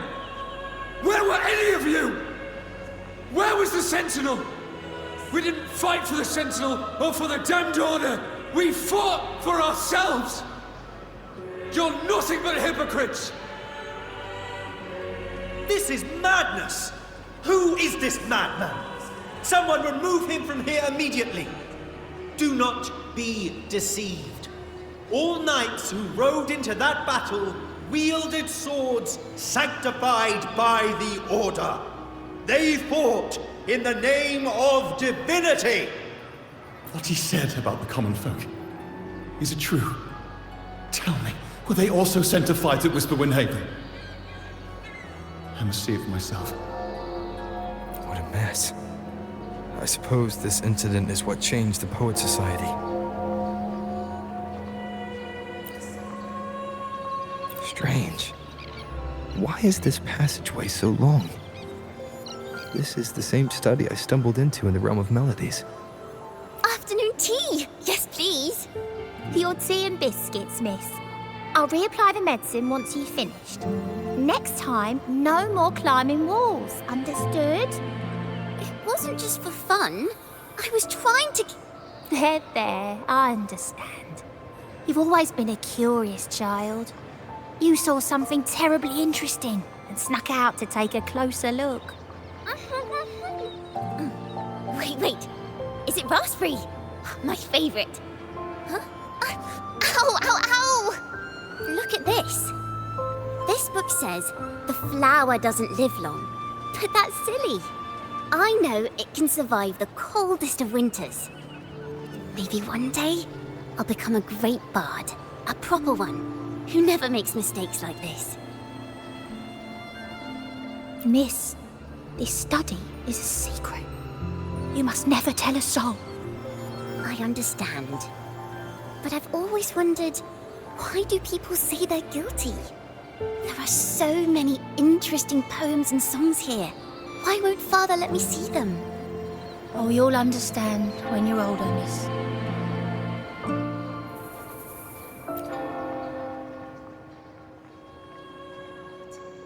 Oh, what splendid singing! Even the laureate was enraptured.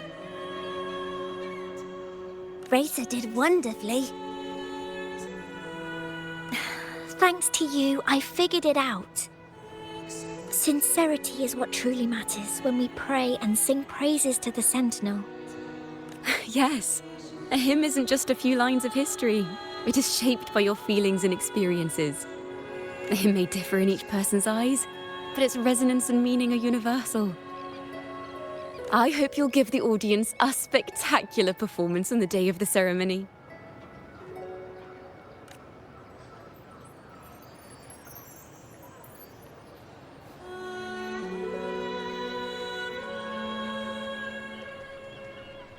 So, what did you see in Razor's melody? The Poet Society was criticized for glorifying the knights over the common folk during one of their hymn performances. Their assumptions were challenged, so they traveled to the knights' encampment at Whisperwind Haven to verify the truth for themselves. This incident may have been the turning point for the Poet Society. Did you find any other clues? Next time we venture into the Realm of Melodies, perhaps we should tie our hands together to stop you from getting lost. If the Order's choir is pointing us to Whisperwind Haven, then that's where we'll find more clues. Let's go.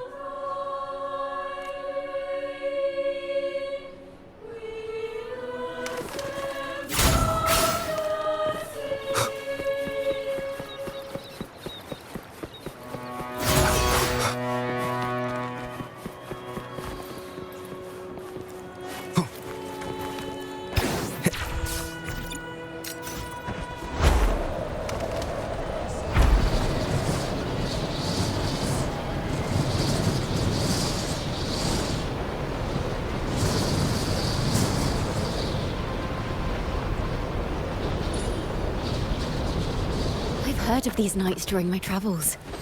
This should be where their old encampment stood. But there don't seem to be any instruments, poems, or music here that carry the memory of a melody. Let's try searching the area first. Hopefully this helps. Thanks for watching! A perfect call!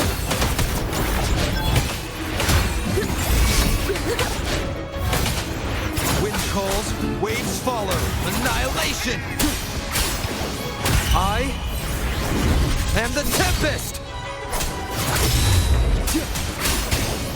The wicked will Thanks for watching! face judgment!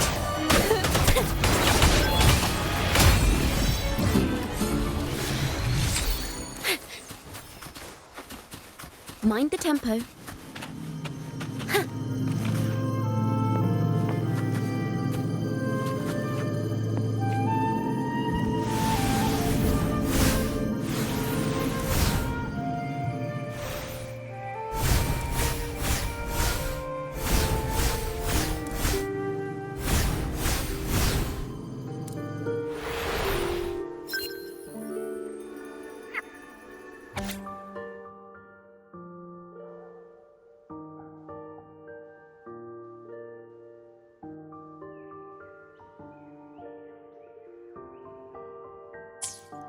These bonfire poets were no doubt members of the Poet Society.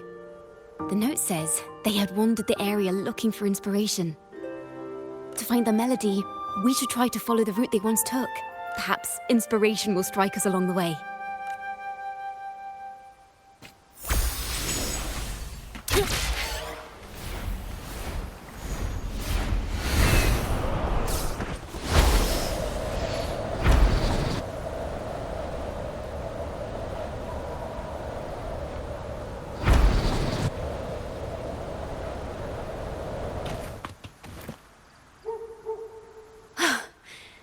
This was the last stop on their route.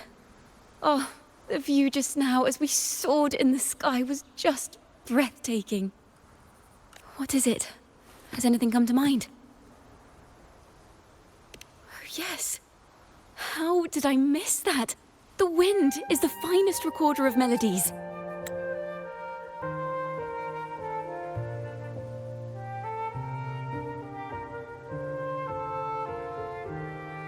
It rises from the primal, churning endlessly, echoing in our ears without end. I believe the melodies left by the Poet Society were witnessed by the wind, and it will carry them to us. Playing a tune, of course. I want to capture the mood they must have felt when they were here. I'm curious as to what they left behind.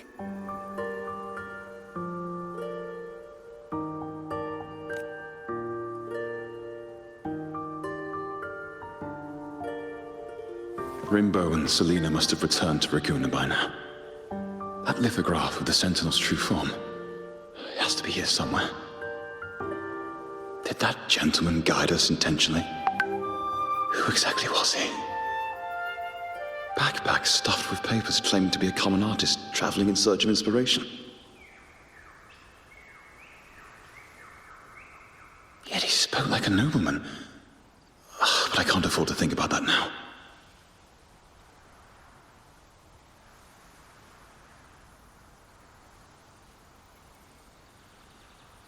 If not for his help, we'd still be singing praises to a false sentinel.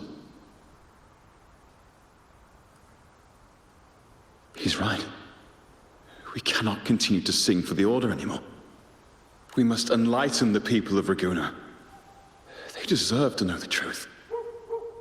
The Knights of the Order defend only the Order's interests, and so the time has come for us to become knights for the people of Raguna. It seems someone told the poets the truth about the Sentinel, and even suggested they stop singing solely for divinity and begin singing for the common folk as well. On the surface, what our mystery man said makes perfect sense. He even has knowledge of Imperator's true form. And this hidden lithograph is evidence the poets were telling the truth.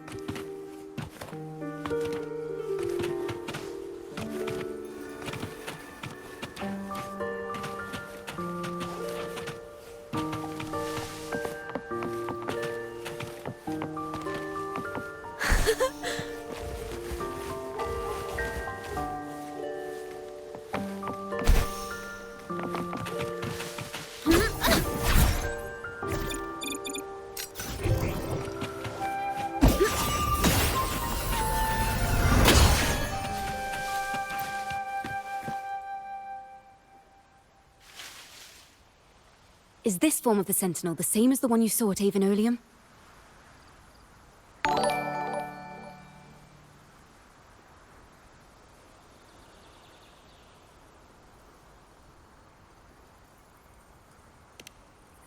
So the poets were indeed banished for uncovering the Order's secrets.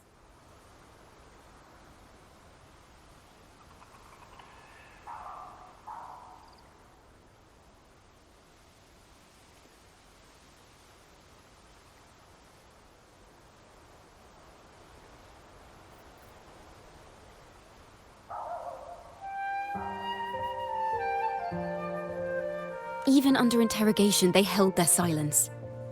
It wasn't until they met this mysterious man and learned the truth that they chose to become Knights of Ragunna. Resentment and curses are not songs of their own style. As for the true mastermind, we still have no direct proof linking him to the Order. We must confront his lies and put an end to these daemon incidents. But once the truth of the Golden Anthem at Imperator is revealed, it will no longer be just a matter of daemons. But is now the right time? The will of the people is strong. This mastermind is so sure that the lies about the Sentinel will go undiscovered, and that no one will easily believe the truth. The truth exists to be uncovered. All we need is to plant the seeds of doubt in the people's hearts, and let them take root and grow. Yes. Let's get going then. We'll go back to Margarita's. It's where our story began, and it's where it must end.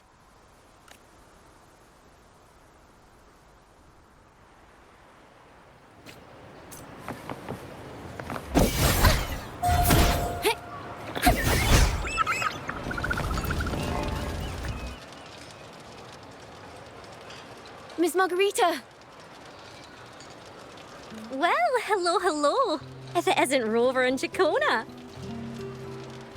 Oh, Miss Ciaccona is a regular around here, you know. I've even asked her to perform a few times. Helps bring in the crowds.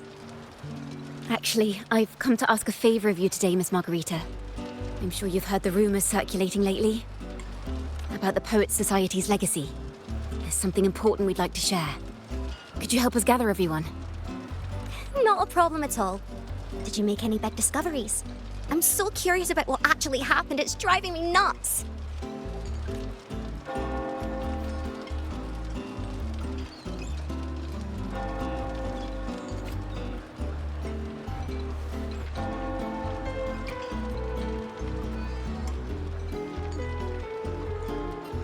Rover, we'll begin when you're ready.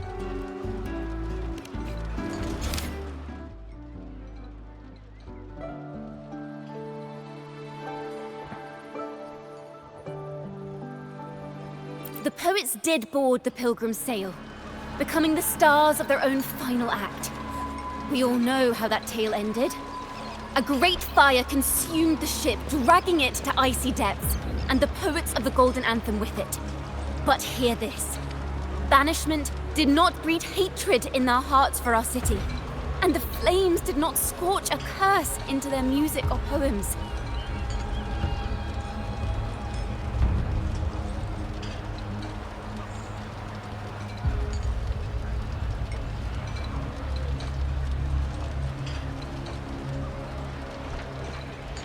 If you wish to hear their true voices once more, seek them at the Cathedral of Mercury.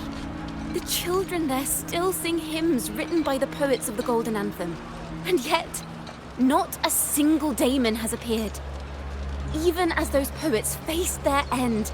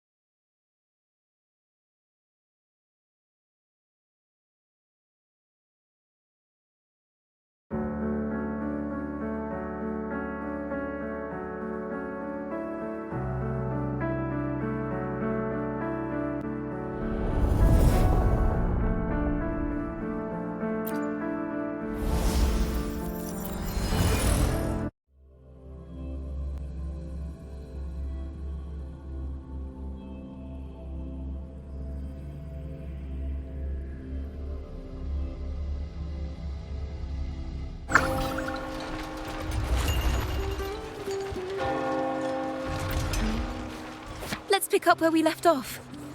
What stories lie within these melodies? The poets did board the Pilgrim's sail, becoming the stars of their own final act. If you wish to hear their true voices once more, seek them at the Cathedral of Mercury. The children there still sing hymns written by the poets of the Golden Anthem. And yet, not a single daemon has appeared. Even as those poets faced their end, as the fire filled the ship's cabins, they penned their last poems with death drawing near. Perhaps they were greeted by the Sentinel in their final moments. Or perhaps they fell silently toward death. If the poets truly meant to curse Raguna, why would they write such obscure poems? Why not simply leave their works behind in Raguna? No. Their last words were hastily written as the flames closed in. This charade, it was carefully crafted, twisting their work to conceal the truth. We already have... No.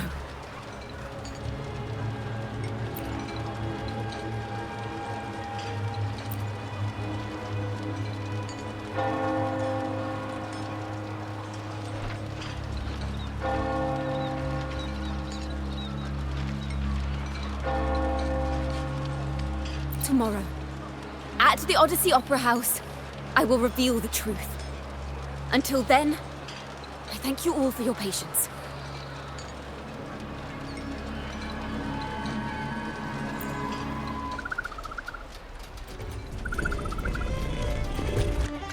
This can't...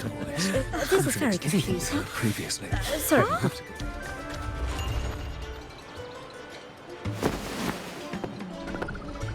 Loria, is this all real? What do you mean by the truth? Did you discover something?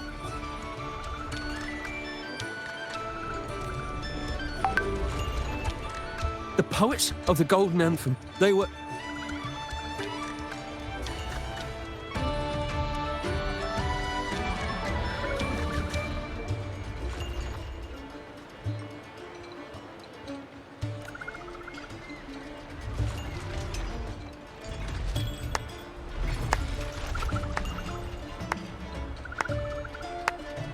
Fascinating story indeed. You've certainly piqued everyone's curiosity.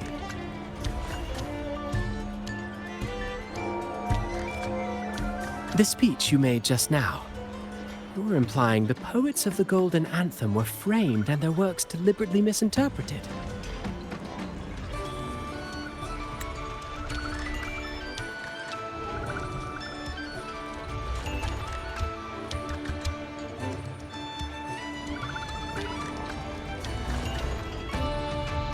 Exactly. Someone used the story of the Golden Anthem to stir the public's curiosity. This is what created the daemons.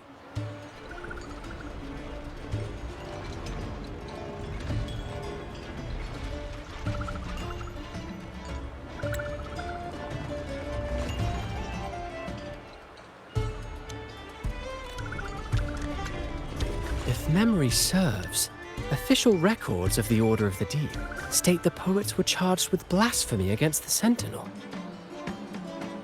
Surely you're not suggesting this was all the Order's doing? I dare say, such remarks would be considered a grave crime, punishable by banishment.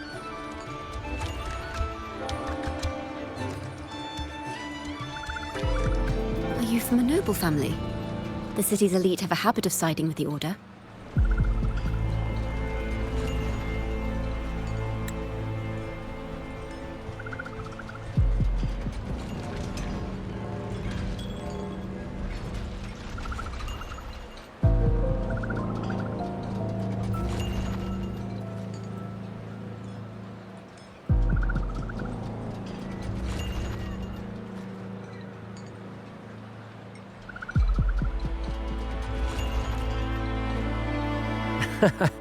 I'm afraid you misunderstand. I admit, I do get that question quite often. I am but a traveling playwright. Your presentation brings me back to a play I wrote in my youth.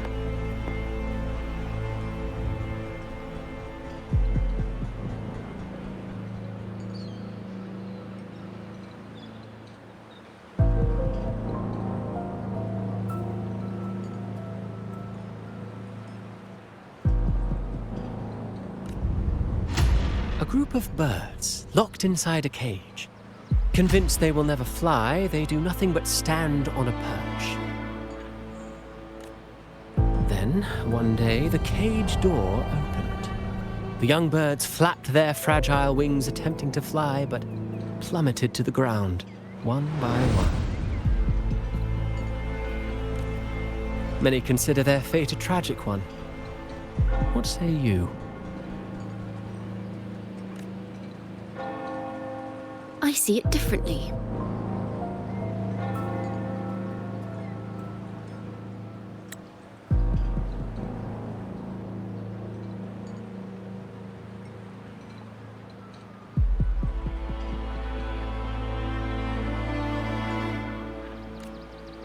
Even if they met their end falling into the abyss, they still had a chance to glimpse the sky and spread their wings. And what of those who chose to remain in the cage, having witnessed their predecessors fall to their demise? Will they dare to reach for the skies after realizing the cost of choosing to fly? Does the truth exist to protect or to harm? That is the question.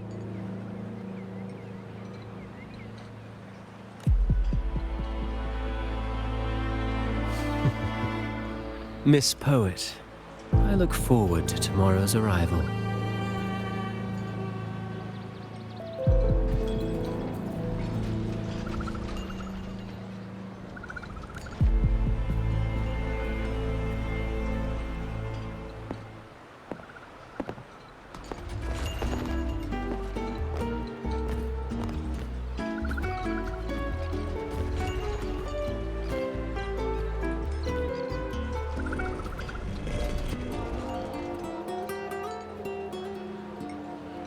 A splendid retaliation. I witnessed all of your performance.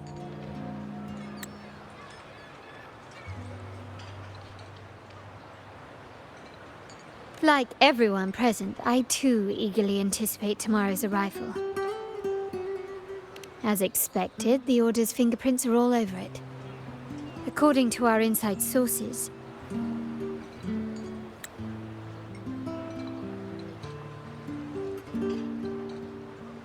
it was none other than acolytes from the Order who salvaged the poet's lost works from the wreckage. They've long known of their existence and hid the poems in the Order's library.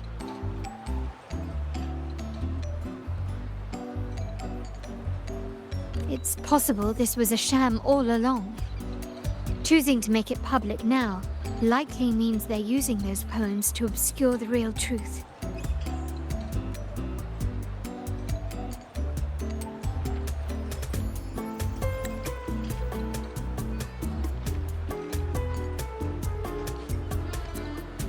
Now, considering the fact that the untraceable article first began circulating among poets, musicians, and playwrights alike, I think it's fair to say its author is a regular of such secret circles.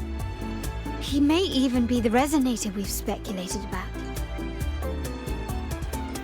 His collusion with the Order is why these rumors are allowed to run rampant in the streets. I'll have someone follow this secret circle's trail and see what we can find. We should also share these findings with Ciaccona. As a poet, her insights would be much appreciated.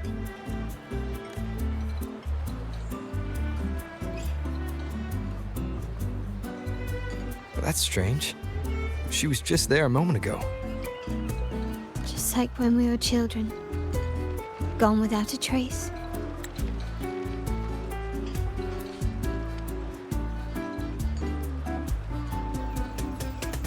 And she and her family disappeared without even a goodbye.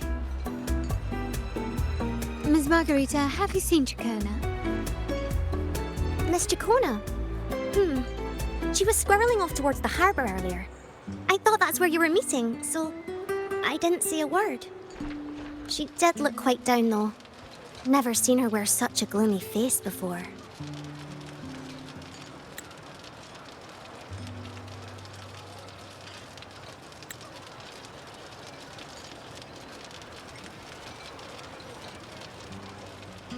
Thank you for letting us know, Ms. Margarita. Why don't we split up and look for her at the harbor?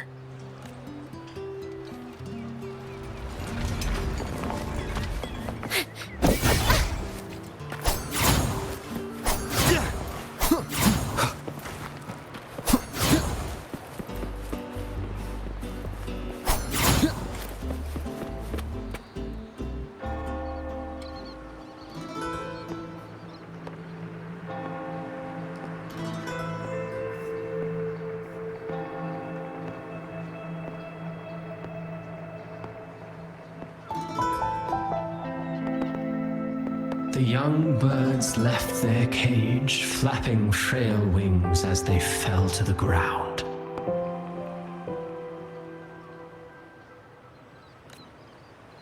I never thought his words would reach into the depths I sealed away so long ago.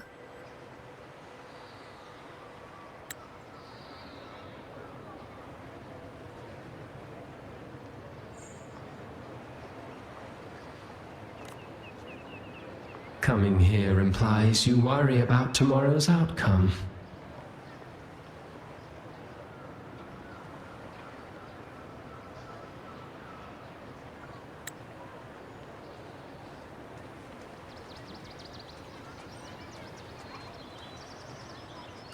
You intend to reveal the truth of the Sentinel to the public, but that revelation, it comes with a price.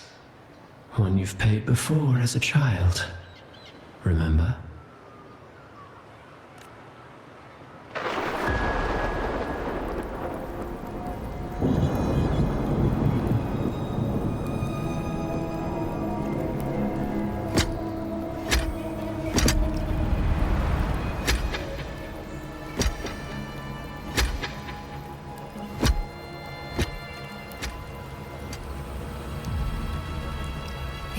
Is the past. And here I thought you'd be much wiser. than this. You know the dangers of pilgrimage, yet you all still cling to the same reckless path. Tell me, what drives such stubbornness? The truth has its thorns, and the golden anthem has already paid its price. Do you wish to relive their fate?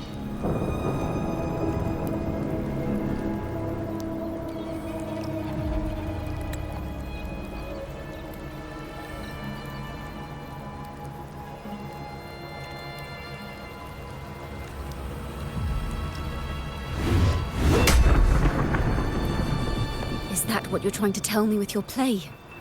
But you know nothing of how the Golden Anthem responded.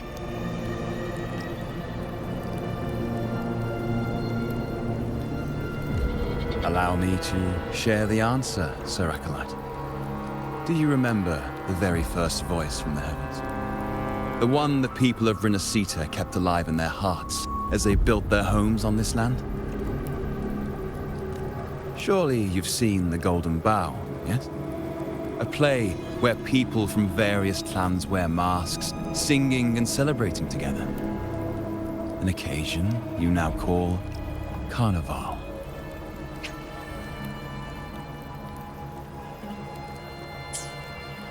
And what of it?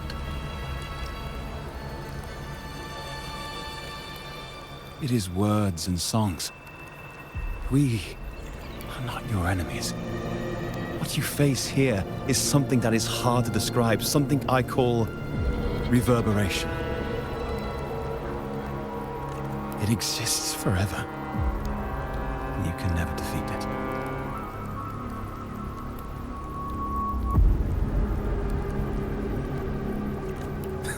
You pitiful fool. Off to the seas with that reverberation you believe in so dearly.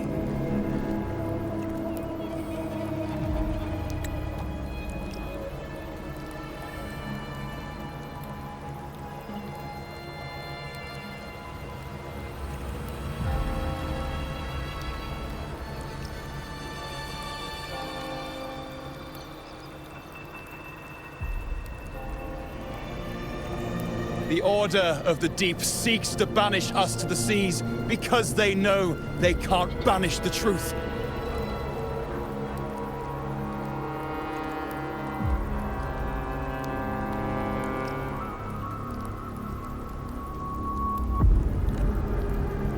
Hear that? The bell they tolled. I will be the one to carry its sound forward.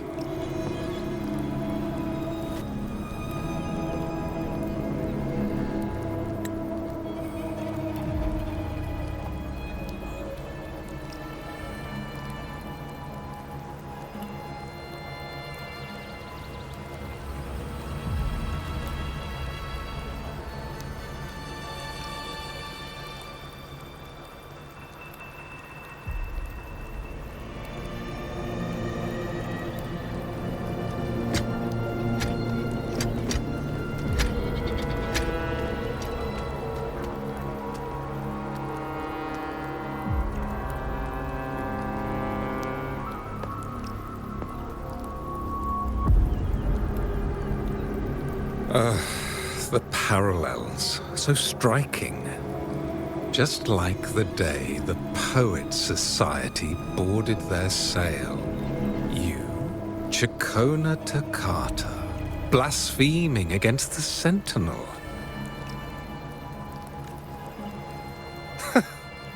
So this is the resonance they babbled on about. After all these years, another group of fools is ready to march down the same path. Why are there always those who believe the Sentinel is some damned horse? The poets were at least clever enough to hold their tongues, but you have the nerve to parade your blasphemy through the streets. Almost makes those poets look noble by comparison. Is that so, Sir Acolyte? I do hope you dream of this sentinel of yours every night, then.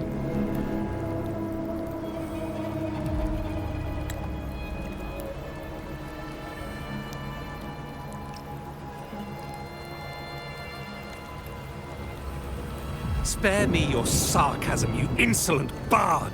You're nothing but a mouthy relic, the last of what remains of your wretched family. Do you not repent for your crimes? Ah, so you've already tasted their fate, haven't you? You and your family, banished in the name of blasphemy.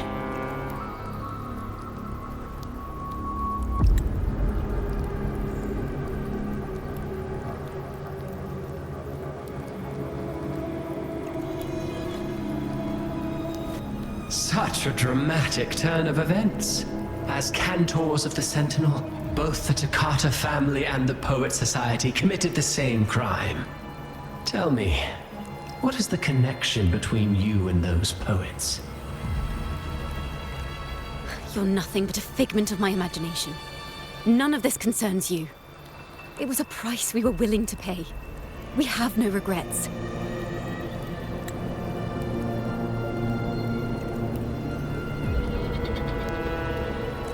When I was a child, I lacked the ability to prove the Sentinel's true form. But now, with the inverted tower shifting and the prophesied laureate among us,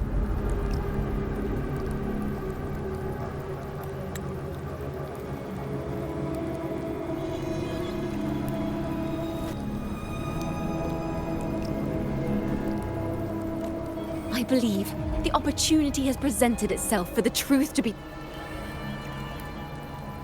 Opportunity. Indeed. The moment of choice dawns once more. Do you intend to repeat history? This time, dragging Rover along with you, boarding the pilgrim sail and clinging to hope as the storm carries you away.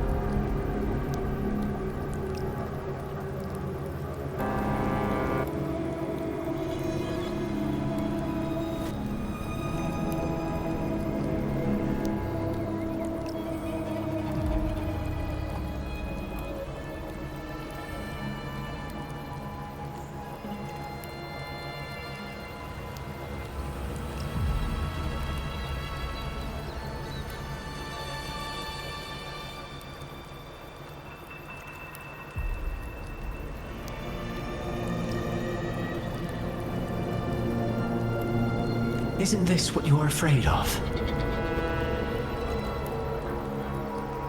You've unraveled the hand behind it all, but the Order will never allow such truths to see the light. Rover, Miss Carlotta, and all those you've gathered along the way will be forced to bear the consequences of your quest for the truth. And perhaps even that blessed maiden whose whereabouts remain a mystery to this day. Even so, will you two still insist on stepping onto that stage tomorrow? Have you really made your choice? I look forward to the arrival of tomorrow, Miss Poet.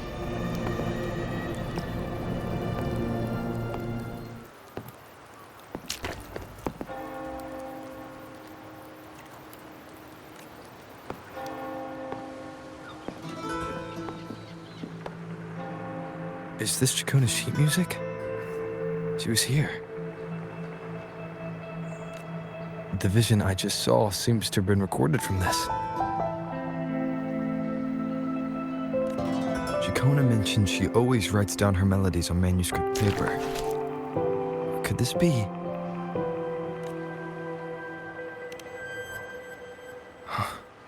The Golden Anthem?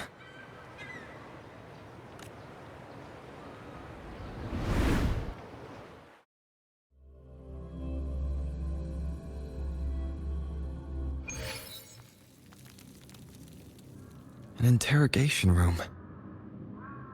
Being here reminds me of the many unanswered questions still hidden within these melodies. The girl in the Poet Society's study must have been Ciaccona when she was little. What happened last time was no accident. As the performer, her own melodies got entangled in the mix. But why was she there? And why are the Ciaccona family and the Poet Society accused of the same crime?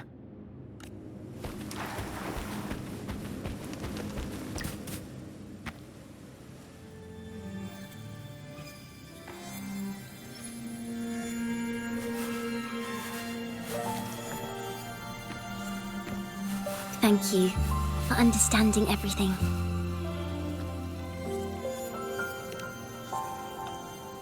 Is there anyone else here besides you?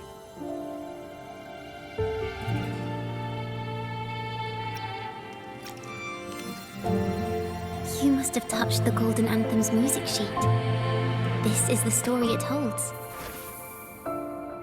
To be able to touch it means you're someone I can trust.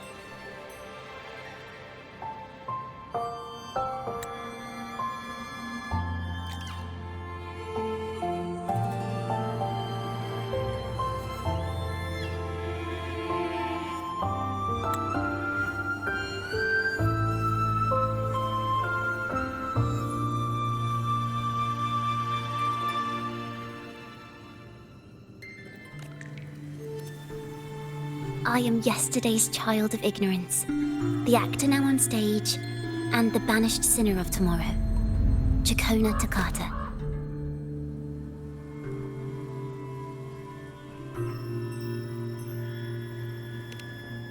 Let me tell you, the story of the Golden Anthem doesn't just belong to the Poet Society. It also belongs to me, Ciaccona Toccata.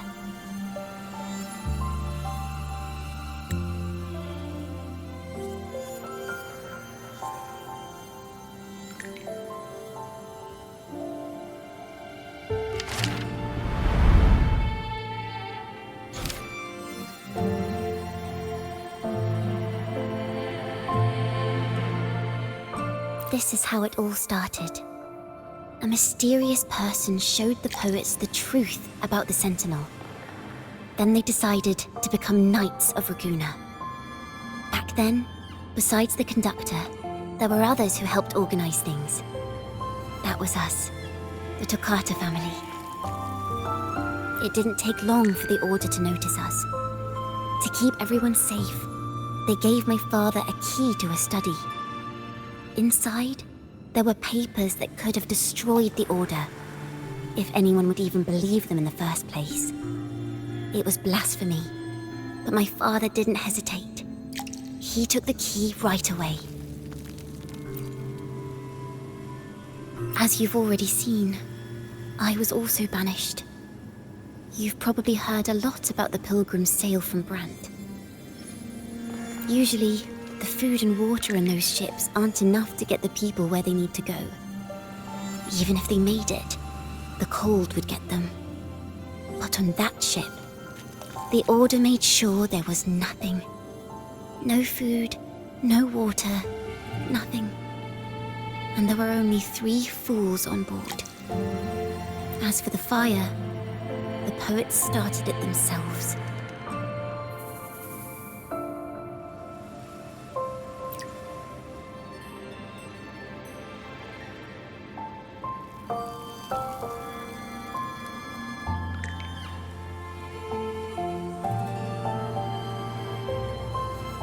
In the past, everyone thought they were brilliant cantors.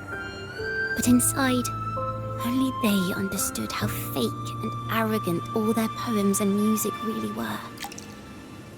In their last moments before death, the poets just wanted to leave something real behind.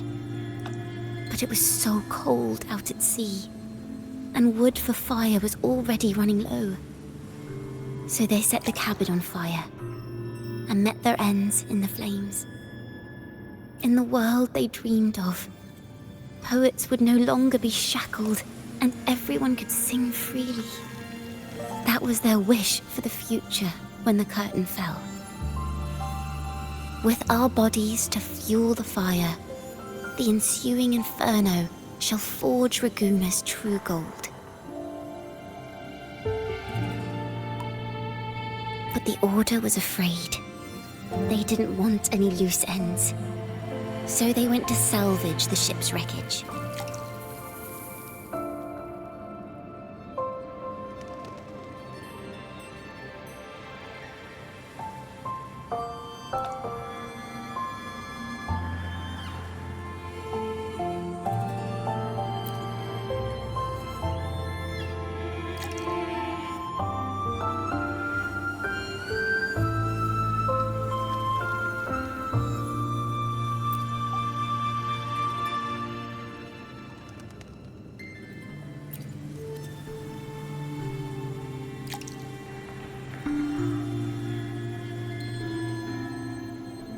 Our crime was the same as the poets. Blasphemy. Our family wasn't like the Physalias, deeply rooted in tradition. Nor were we like the Montellis, wielding power.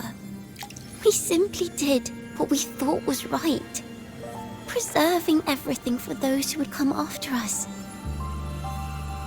Compared to the Order, we were just a tiny speck of dust. Even if we'd kept the secret, they would have discovered it eventually. They would seize what the poets left behind and lock it away. Maybe if Father hadn't taken in the poet's legacy, the Ciaccona family would have escaped this fate. Perhaps none of this would have happened. If so, wouldn't it have been wiser to surrender it all to the Order back then? The fate of the Ciaccona family might have taken a different turn. But when you face the Order of the Deep and their false divinity, our fate is no longer ours to control.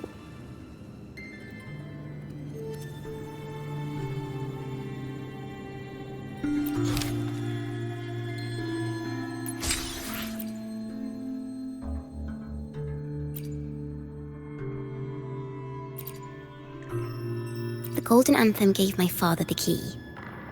At first, he wouldn't let me near it because I was too little. It wasn't until my mother, my uncle, and the rest of my family were one by one escorted onto pilgrim sails. Then, it was his turn. I still remember the day he handed me the key. The smile on his face.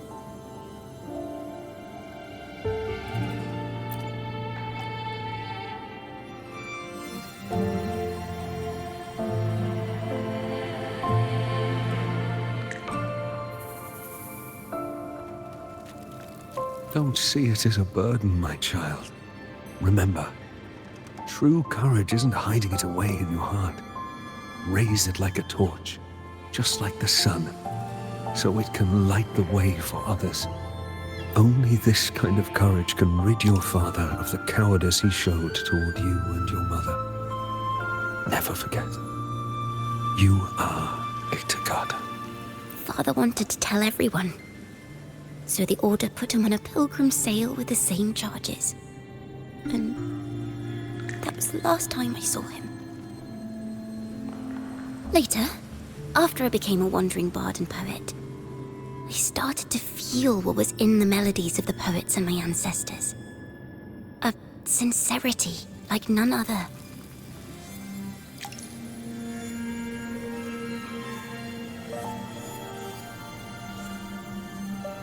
I wrote songs, weaving the stories my father and the poets discovered into musical scores. But what awaited me was the Order's banishment.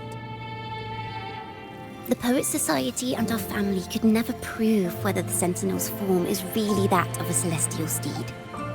All we could do was hold on to our suspicions and the possible truth, waiting for someone to prove it. Now, that someone has come. He has reached the inverted tower. Now, I have that choice again. Do I reveal the truth? Always worrying about my next meal, wandering from place to place, being chased by acolytes.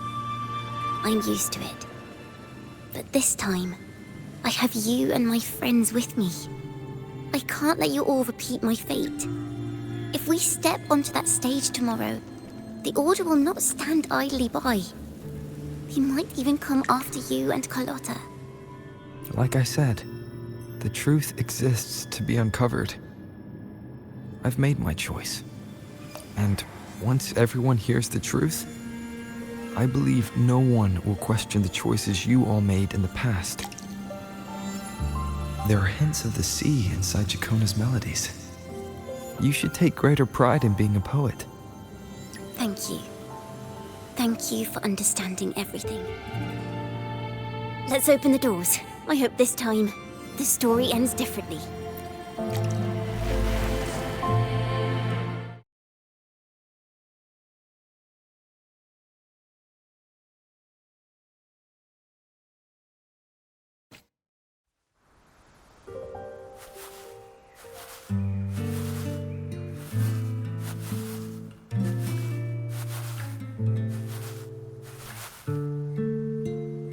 This song, it's the one she performed last time. The melody is the same, but why does it sound so sad this time?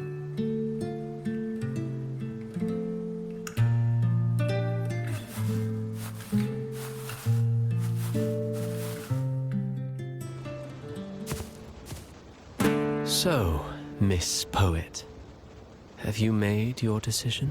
This is a poem I've never seen before. It's so different from what they used to write. Do not place flowers on my tomb, for I do not rest beneath the stone.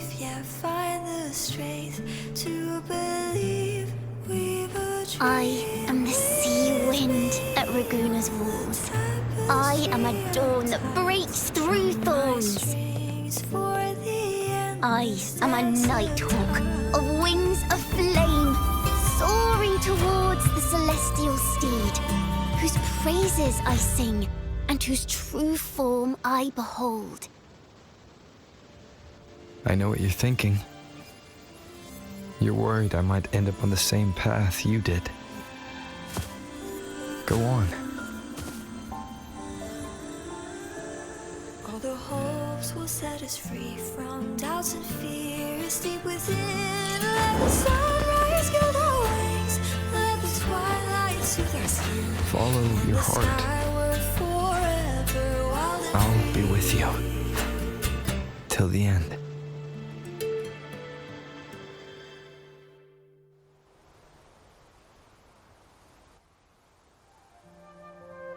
A penniless bard and the laureate roving in a foreign land. Together, we rise up against the Order of the Deep itself. But as long as the seeds of doubt are planted, the kindling in Raguna will eventually ignite to forge its true gold. There! Now, how's that for a story worth telling?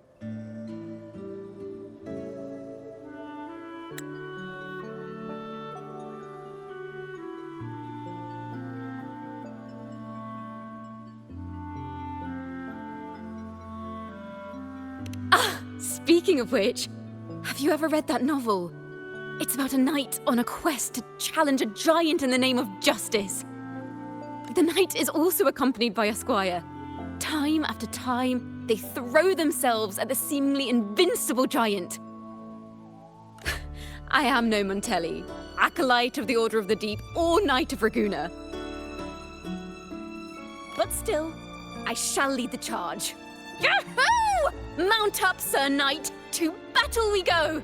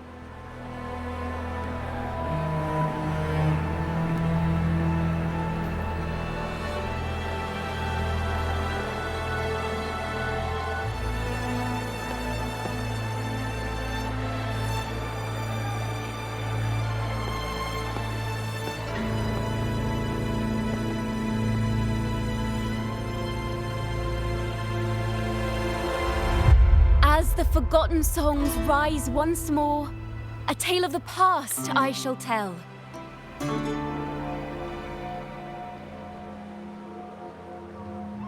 This is the story of those who were accused of blasphemy. They were once poets, singing songs for the divinity and the order. This is how their music became known to all. Until one day, they stumbled upon a truth. that could not be proven. The Sentinel, whom we've always revered, is not what they seem.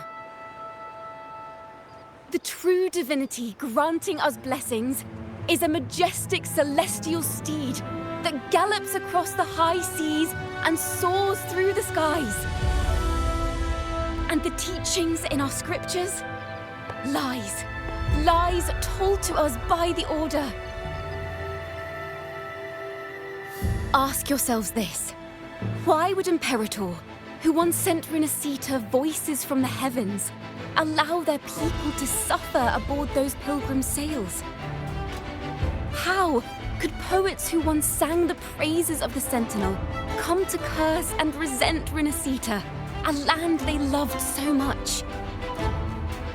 People of Renacita, have you ever wondered why the Order forbids us from seeing their earliest scriptures?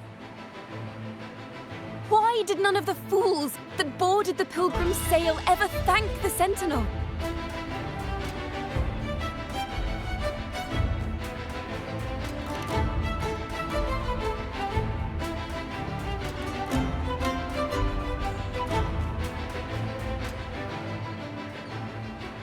Imperator and Draguna have always stood united, yet lately, they seem to have vanished from our dreams. Why is that?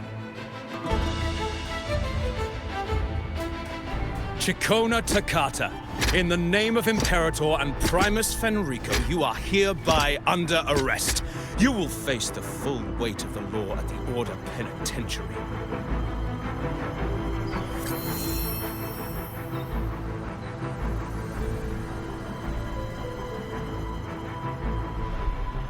Is that so? And what are the charges this time, if I may ask? Blasphemy! Oh! The same old tricks again! Is this how the Order intends to keep the truth hidden?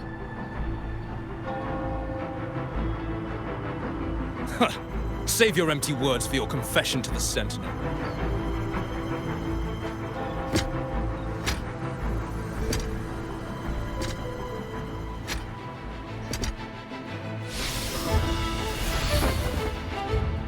Damnation! She's not working alone!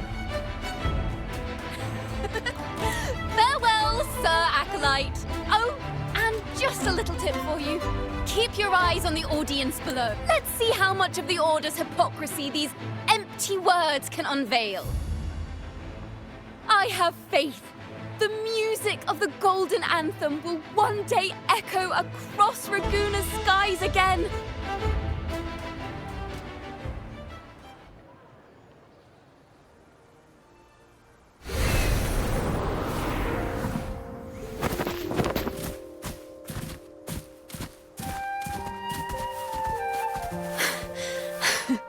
Phew.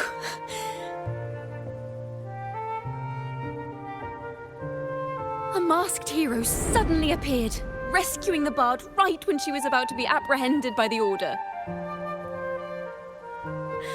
But that's a story for another time.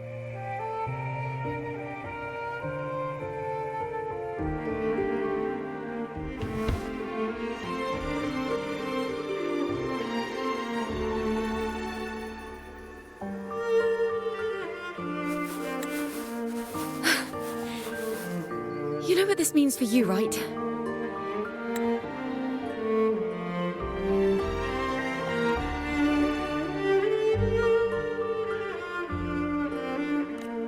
Even with a mask on, people will still recognize the laureate.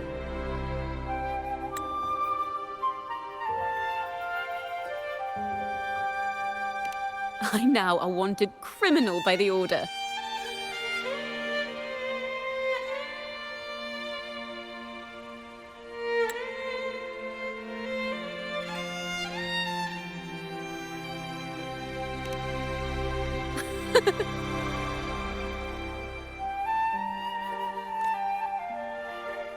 Now this is what a real poet, no, wait, a real knight is supposed to be.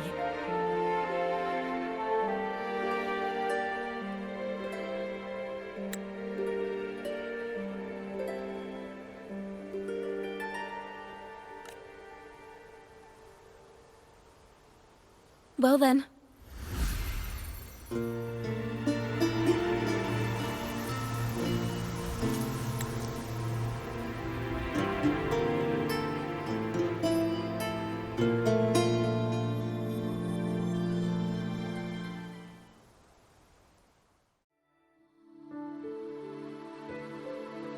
This room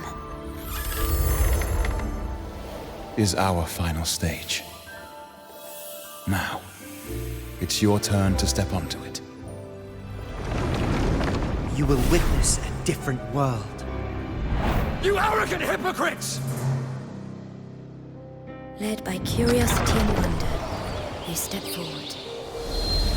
I am the gentle sea breeze, sweeping through Whisperwind Haven and towards Raguna's high walls. Well, have you decided on your answer? I look forward to the public trial. Perhaps our fates are not so different after all. It is time, sinner against the Sentinel. But you... I will continue to sing. As long as there are those who breathe and see. My eternal summer will never fade.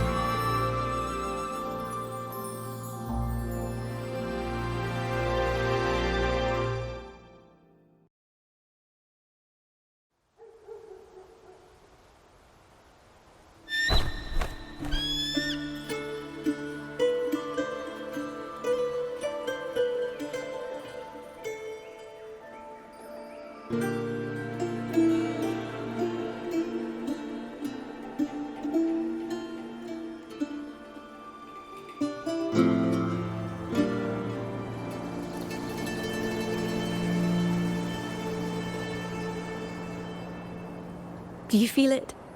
The breeze from Whisperwind Haven. You can even catch the faint scent of wet grass.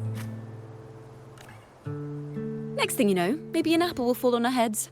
Or maybe a big grey wolf will leap out and chase a squirrel down a rabbit hole.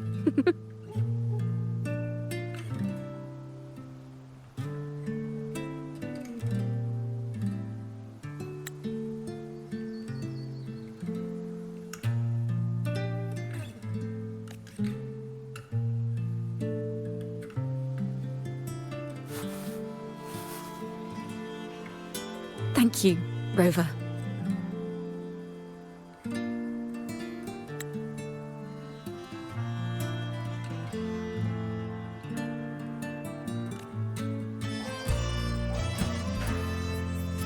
I don't have the Blessed Maiden's miracles, nor the powers of a hero.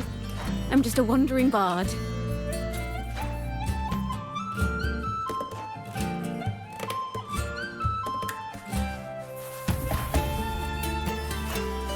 The only thing I can offer is to immortalize this moment. I will carry all the stories about you with me.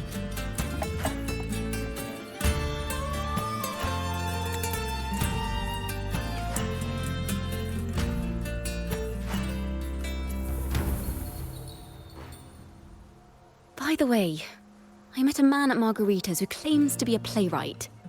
You should watch out for him.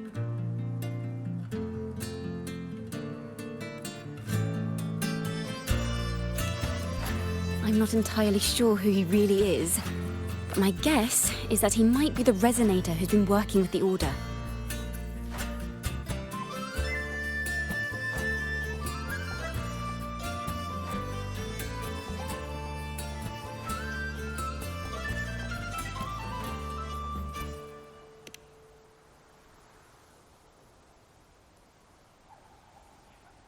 Here, you can have this music sheet. I'm heading off on a new mission.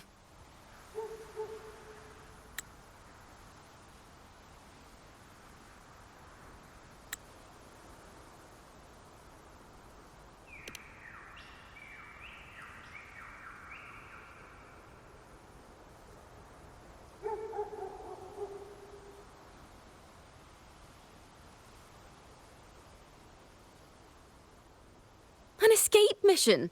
Starting today, I'm no longer just a wandering bard. I've got the Order hunting me now.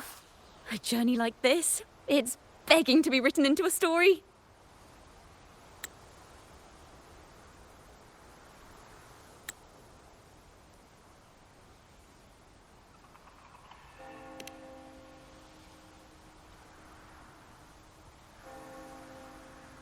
Don't you worry. I still remember our promise.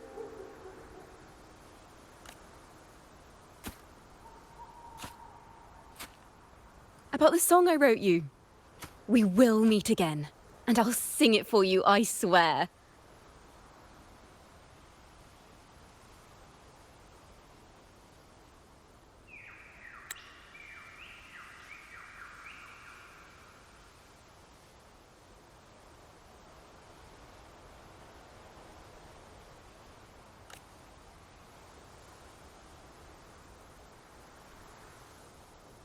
After all, we're partners in crime now.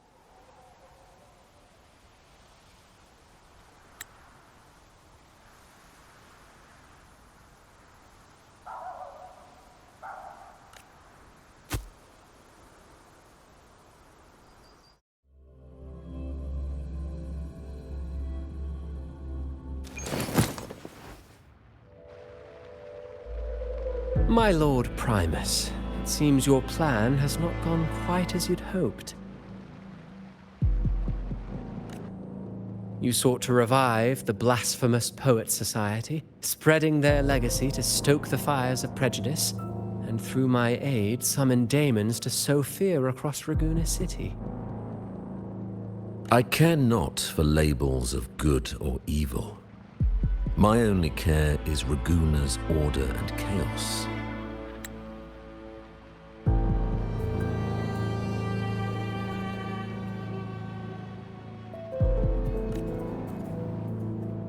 Fear is but one tool among many to maintain stability.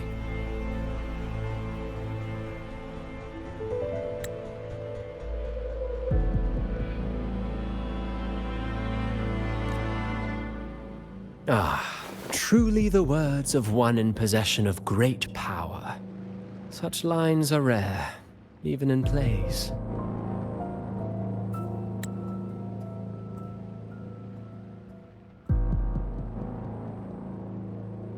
And yet, why do you seem so restless, Lord Fenrico? This is hardly the character I expected from you.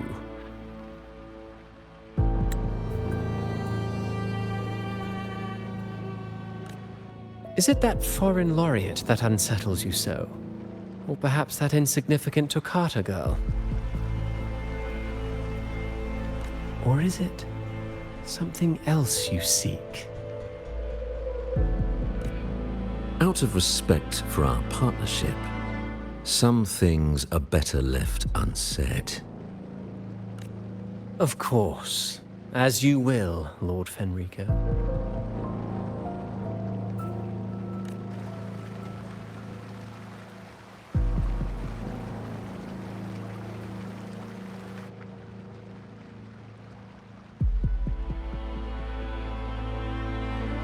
Wait. You were the one who led the Poets Society to that lithograph, weren't you?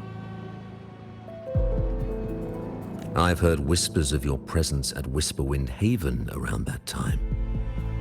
Whenever you were asked, you claimed to be seeking inspiration.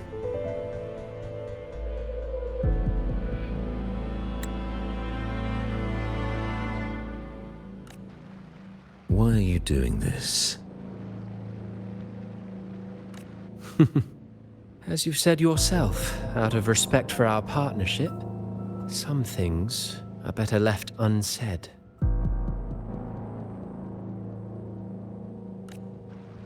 There was no deception.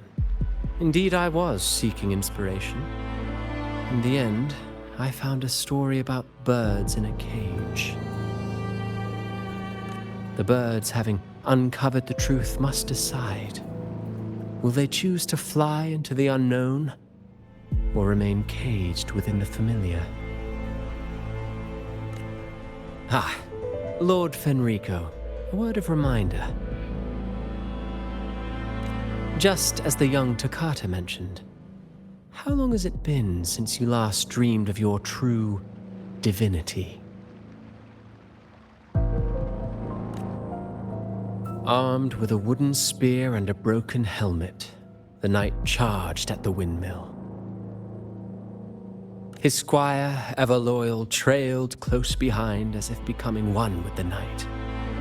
Together they charged again and again, true knights in spirit, ignoring the countless wounds they bore. Truly astonishing. Even if you took such a script, what could you possibly accomplish, Hecate?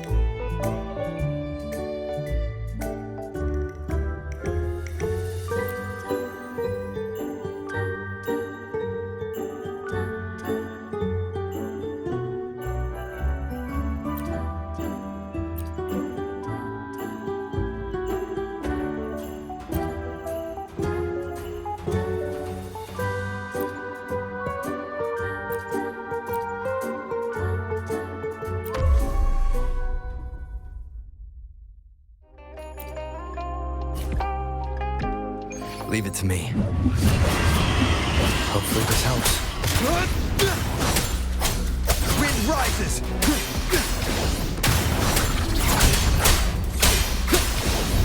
The wicked will face judgment!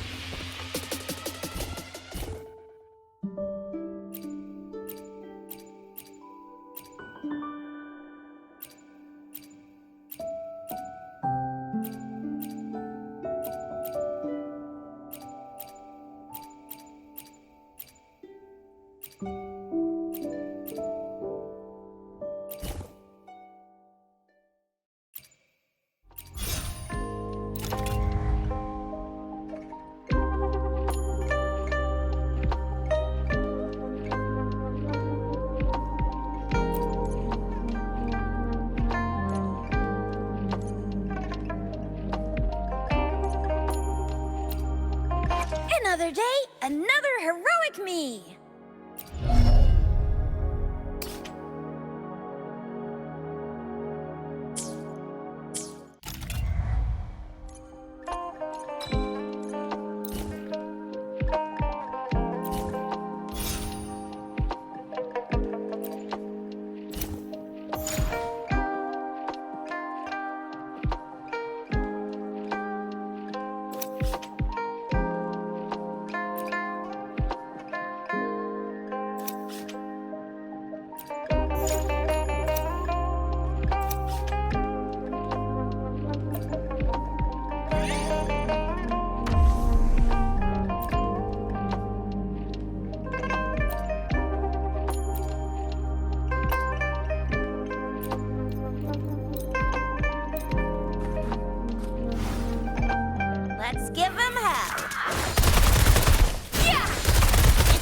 attack!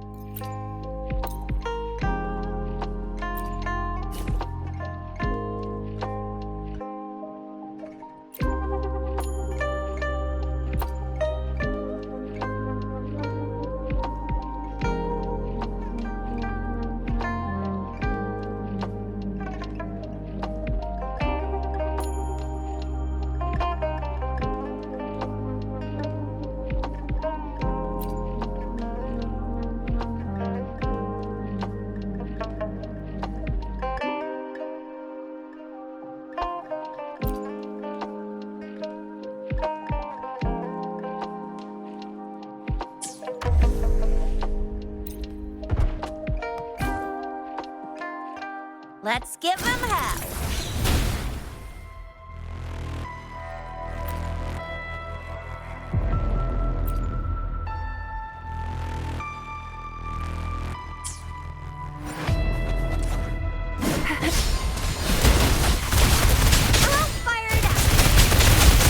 Fear no more.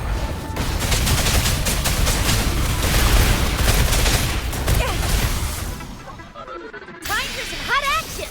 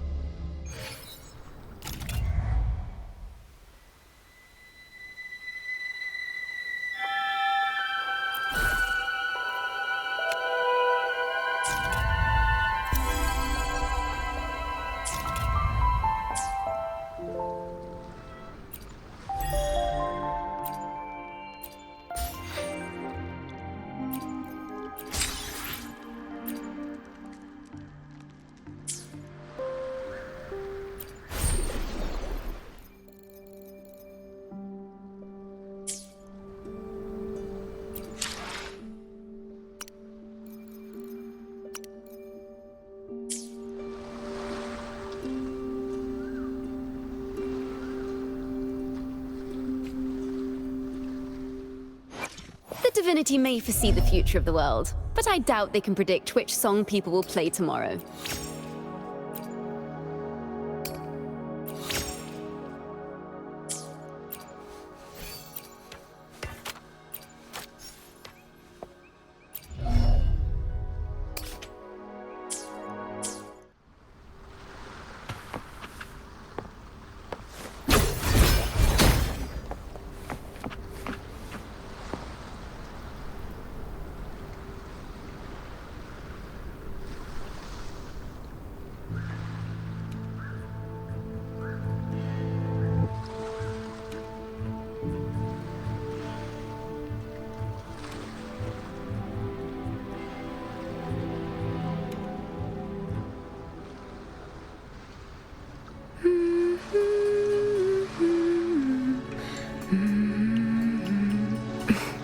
Something's missing.